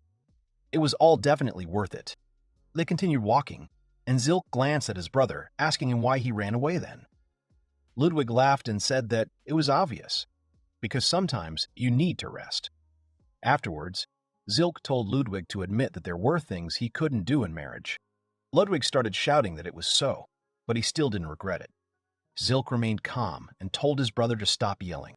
They entered the right gateway and went down the stairs to the Ice Rock Bar. Ludwig was initially surprised by such an inconspicuous place with a rather strange name. As they entered, a bell rang on the door, alerting the workers to the presence of guests. Soon the girl who worked here as a bartender came out. Zilk immediately smiled at her and said hello, taking a place at the bar. He was glad to be back here. Ludwig continued to look at the wonderful interior of the bar, but then noticed that the establishment was empty. This made him feel a little awkward, and then Zilk told his brother to sit down already. At this point, the girl behind the bar handed the guys a couple of wet towels and a glass of water with ice. Ludwig was very pleased that Zilk knew such amazing places. Again, it was strange that it was empty, but it was quite consistent with Zilk's character. The guy smiled broadly and thanked the girl who handed him a wet towel. Zilk began to wipe his hands with it carefully, keeping calm. The aristocrat did all this quite elegantly, but soon noticed how his boyfriend was backing away from the girl, who at that moment turned around going to get the dishes. Ludwig waved his hand and hit his brother on the shoulder, which Zilk was not happy about. Ludwig asked why his brother hadn't told him about this wonderful place before. Zilk, rubbing his shoulder, wanted to answer first, but then waved it off and said that he just came here for a drink after a hard day at work. He also added that Ludwig should also enjoy the local alcohol better, because the guys had some pretty rare products. Ludwig picked up the cocktail glass and put his lips to the straw. After he took a small sip, he immediately began to shout indignantly. The guy said it was incredibly delicious, and he had never tasted such a delicious, cooling cocktail. Zilk smiled and said that he knew a thing or two about this. At this time, the girl began to prepare a new portion of drinks for her guests. Ludwig noted that the girl handled magic perfectly. It was truly amazing. The girl thanked him for the praise without losing her concentration. Afterwards, Ludwig introduced himself and asked the girl to tell him her name. Zilk immediately added that he didn't know the girl's name either. Ludwig immediately exclaimed, saying that the guy brought him here, and at the same time he didn't know the name of this bartender. The girl smiled modestly and said that her name was Elise. She said that she was very pleased to finally meet her guests. Zilk continued to look thoughtfully. At that moment, Ludwig began to smile and compliment the girl, saying that she had a very beautiful name. Zilk, however, did not like all this very much. Elise turned to Zilk and asked his name. The guy hesitated a bit, and then said that he was Zilk Luren. The girl immediately looked at the guy with great surprise. She looked at the guy questioningly and said that he was the same inventor of magical instruments who invented the refrigerator. Zilk said that was true. Come to think of it, this was the first time Zilk had seen emotion on the girl's face. She smiled and said that in that case Zilk should have been thanked. Zilk smiled and said that there was no point in doing that, because he created the refrigerator primarily for his own comfort. There was a tense silence in the bar. The girl looked at the boys and said that they didn't really look like brothers. Yes, the boys had the same last name, but that was where the similarities ended. Zilk pointed his thumb at Ludwig and said that he was his sister's husband. Zilk would have been amused if they had looked alike, but fortunately for him, they did not. The girl said that now everything became clearer to her. At that moment, Ludwig shouted that Zilk was constantly bullying him. The girl did not expect this and was a little scared. Ludwig continued, saying that he was the eldest son of his family, but at the same time he did not want to get married. Thus, the guy seemed to shift all the problems to the younger ones in the family. Zilk noted that it was surprising, because the girl was not particularly talkative and usually did not show her emotions. But at the same time, she very easily conducts a dialogue with guests. At that moment, the door opened again, and a bell rang. A small gust of wind entered the bar, causing the boys to turn around and look at who had joined them. Suddenly, Zilk heard someone calling him, saying that the man recognized the guy. The voice was also familiar to Zilk, and he began to turn more towards the entrance of the bar. It was Ait, who was holding his backpack and sword in his hands. Most likely, the guy had recently returned to the capital from another foray to get materials for the merchants. Ait hurriedly walked towards Zilk and began to greet him joyfully. Ait said that he did not expect such a meeting here, and Zilk said that he would not come here anymore. Ludwig leaned forward a little to move and make room, and then leaned over to Zilk and, not believing his eyes, Zilk said that he, as it turned out, had acquaintances. Ait quickly got into the conversation and pointed at himself with his thumb and said that his name was Ait and that he was Zilk's friend. Zilk looked at the guy and said that they were not friends. Ada was a little offended and grabbed Zilk's hair, making fun of him. The guy pointed his hand in his direction and said that they drank coffee together, so their souls are now connected. Zilk took a glass of water and said that if so, he would prefer to stop at acquaintances rather than friends. Ait smiled and said that the guy was, as always, dry and cold to people. Zilk got angry and said that everything was just the opposite, and that Ait was too familiar with him, although in fact he just likes to eat other people's food. Ait said that it was not his fault if it was very tasty. After they finished talking and turned back to the counter, Zilk heard laughter from somewhere nearby. He looked questioningly at Ludwig. He looked at Zilk and said that it turned out that Zilk had friends, which he always denied. Zilk stood up and grabbed Ludwig by the tie, saying that his brother considered him a complete loser who didn't even have any friends. Ait ordered a gin and tonic. Zilk let go of Ludwig and returned to his seat. Afterwards, the boy folded his arms and turned to Ait, asking him why he was without Mariel today. Ait looked at him strangely. Afterwards, Zilk explained that he had seen them together at the central market when he was buying meat for dinner yesterday. Ait hesitated a little. Afterwards, the guy thought that Zilk probably assumed that Mariel was his girlfriend, since he asked like that. Ait immediately corrected him, saying that she was just a comrade from the group. Ida's gin and tonic was ready, and Elisa placed it on the counter in front of the guy. Udvig turned to the guy and said with a smile that he, apparently, spends a lot of time lately with his girlfriend from the shop. Eth also laughed and said that indeed it was so. Zilk said that the boy seemed much calmer today than the last time at the lake. He turned to the inventor and asked what the boy had said to Mariel that day.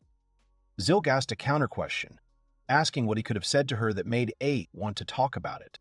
Eth raised his head up, scratched his chin, and said that the girl's attitude had changed a lot since that day, and he thought that the reason was precisely in Zilka. He said that he felt much more comfortable being with her than with other girls. Mariel became calm and natural, which struck Ite from the inside. Zilk grinned and began to raise his glass, bringing it to his lips. Before taking a sip, the guy said that it was very good if everything happened like this. Eth stood up and raised his voice, asking Zilk not to pull the wool over his eyes. Ludwig intervened and said that Zilk had brainwashed some girl again. Zilk, however, remained calm and said that he had simply advised her that day to keep her distance when she was socializing with single men. Afterwards, Zilk smiled a little wider and said that Mariel was a good girl for taking his advice and making it happen. As it turned out, it worked out great. Eth smiled back and scratched the back of his head. He thanked Zilk for what the inventor had done for him. He must have had a knack for women if he could help like that. Ludwig didn't calm down, then adjusted his glasses and shouted that Eight, apparently, had decided to get married now. After all, he had once been in exactly the same situation. After Ludwig said that, Eth raised his glass of gin and tonic and repeated the word marry in a drawn-out voice. Then he said that it didn't sound so bad. At that moment, everyone looked at Zilk in surprise, who coughed, choking on his cocktail. He couldn't believe what he was hearing with his ears.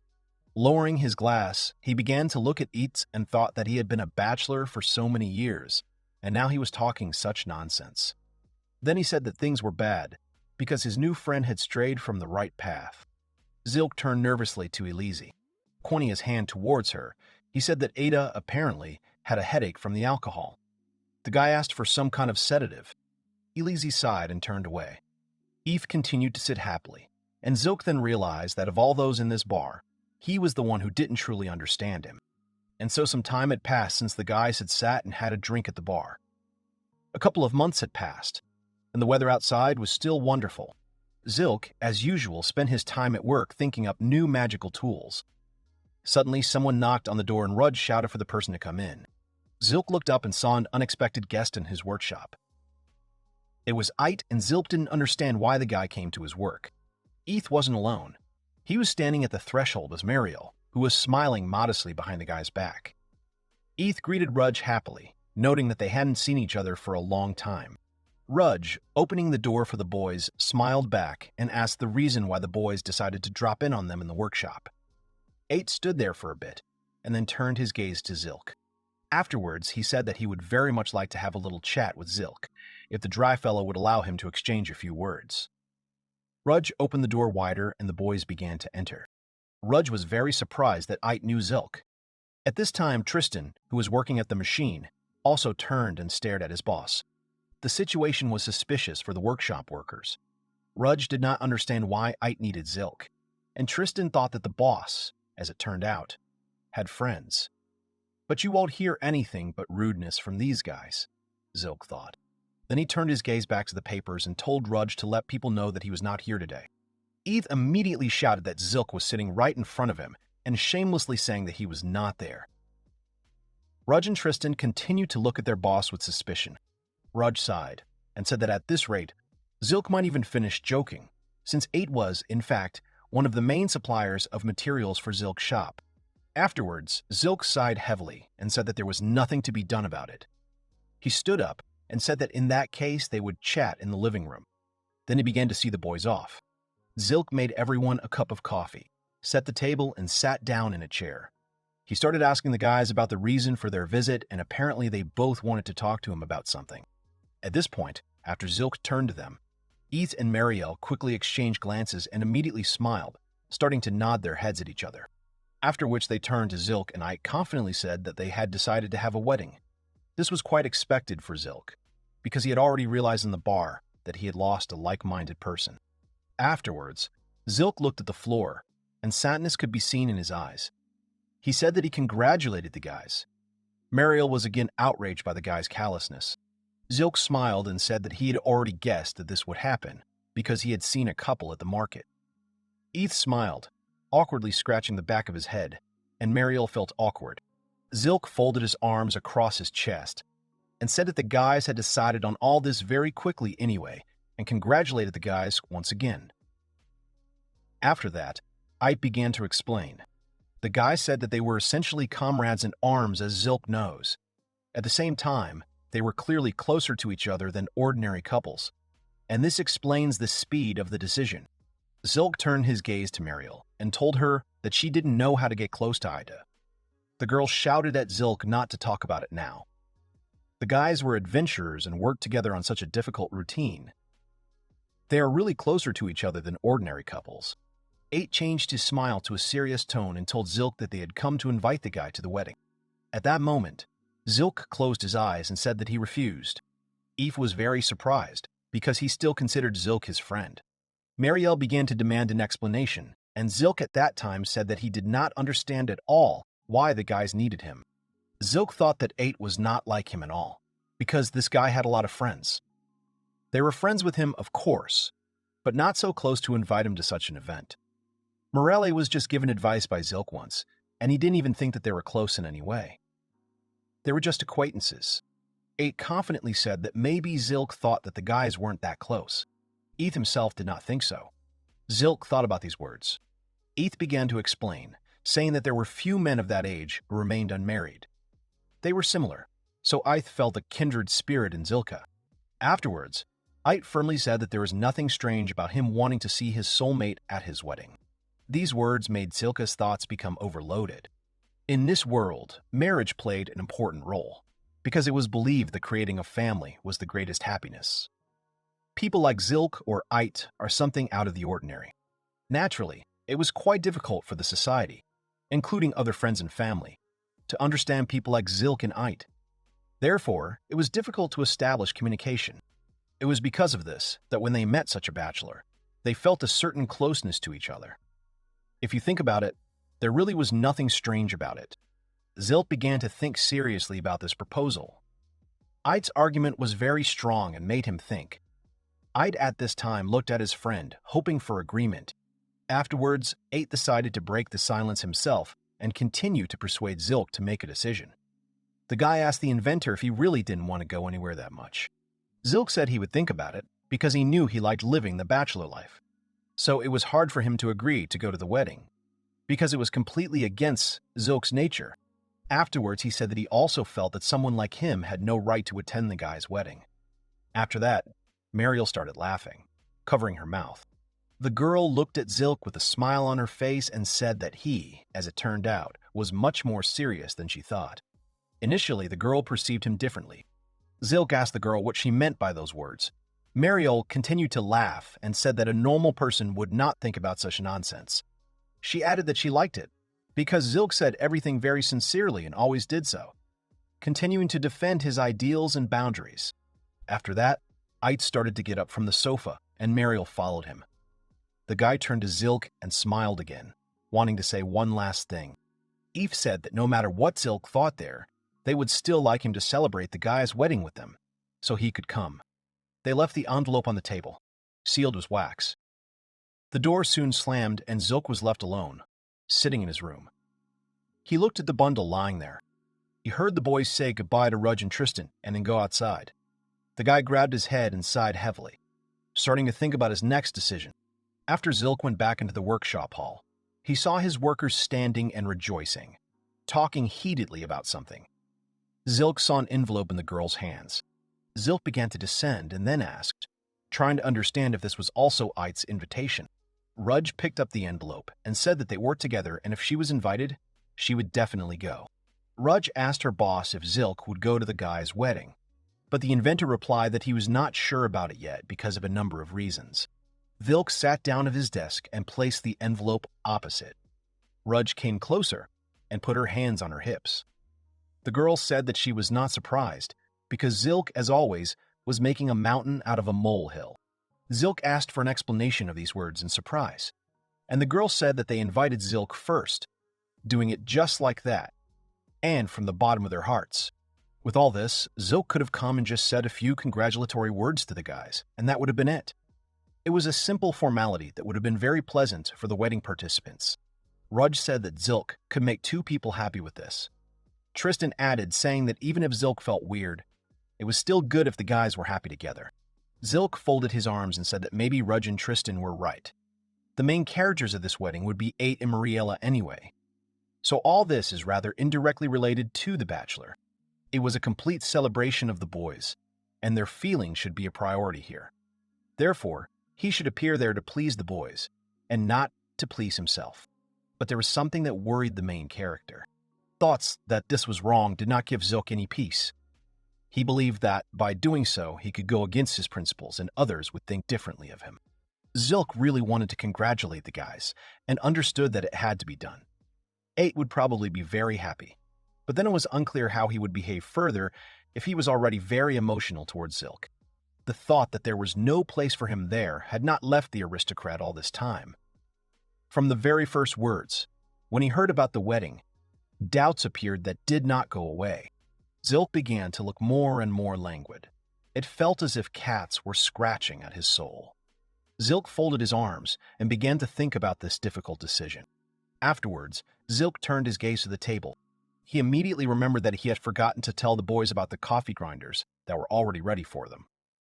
Zilk carefully packed his gift and began to get ready. Rudge and Tristan were still at work, and Zilk, heavily preoccupied with thoughts of the wedding, decided that he needed to go home and think in silence, where he would be alone. Approaching his home, Zilk opened the door to the lobby and continued walking, looking low at the floor. Then he heard a surprised cry and realized that Katerina was standing in the hall. The girl smiled broadly and said that Zilk was just in time. The girl said that she wanted to record the next composition quickly, so she asked Zilk to walk with her for a while. It was obvious that Zilk was not in the mood, so the guy immediately asked the girl about whether he wanted to postpone the creation of music for another time. Katerina said that he promised to help her. Zilk said that he remembered it perfectly well, but what's the big deal if he doesn't want to now? Then he agreed and added that he needed to drop off his things and they would meet at the coffee shop. The girl adjusted her shopper on her shoulder and happily said that they had agreed in that case. She did not even leave her things at home, and soon Zilk was approaching the meeting place. The girl took a seat by the window and had already ordered a drink for herself. She sat and drank coffee, still trying to understand the subtleties of this drink. However, it was still too bitter. Katerina was having a hard time dealing with this, and quickly looking around. The girl began to quickly add sugar inside and stir it to at least somehow smooth everything out. It's very strange that she ordered coffee, because she probably wanted to impress Zilk. But then she noticed a guy looking at her through the window of the coffee shop. Zilk went inside and took off his outerwear. The guy started to sit down at the table, and Katerina said that it was not normal to look at a girl from the street like that. Zilk smiled and looked at her, said that it was only if he didn't want her to see him. The girl pressed the button and said that they were ready to get down to business. Zilk looked tired but still kept his cool. He asked the girl what composition she would like to hear and analyze this time. Katerina began to smile, and then added shyly, saying that she was ready to consider several options. Then the girl said that she liked songs about love. Zilk looked at her and quietly said that he was ready. Afterwards, the guy started humming a melody. Katerina, resting her head on her hand, began listening intently, liked this melody very much, and she was too deep in herself. The girl held the pen, but was not at all concentrated on the joint work for which they came here. Zilk's tone gradually changed, beginning to reflect his mood. Katerina realized that something was wrong and began to look at Zilk in surprise, who continued. After the aristocrat noticed that the girl was looking at him in confusion, he immediately began to find out the reason for such a mood. The girl stopped Zilk. Then she pointed her pen at the guy and said that Zilk was acting weird today. She noticed it rather late, but it was still commendable. Katerina said that usually Zilk sings with pleasure, and she felt warmth in his songs. But today the guy was flying in the clouds and even the rhythm was not right.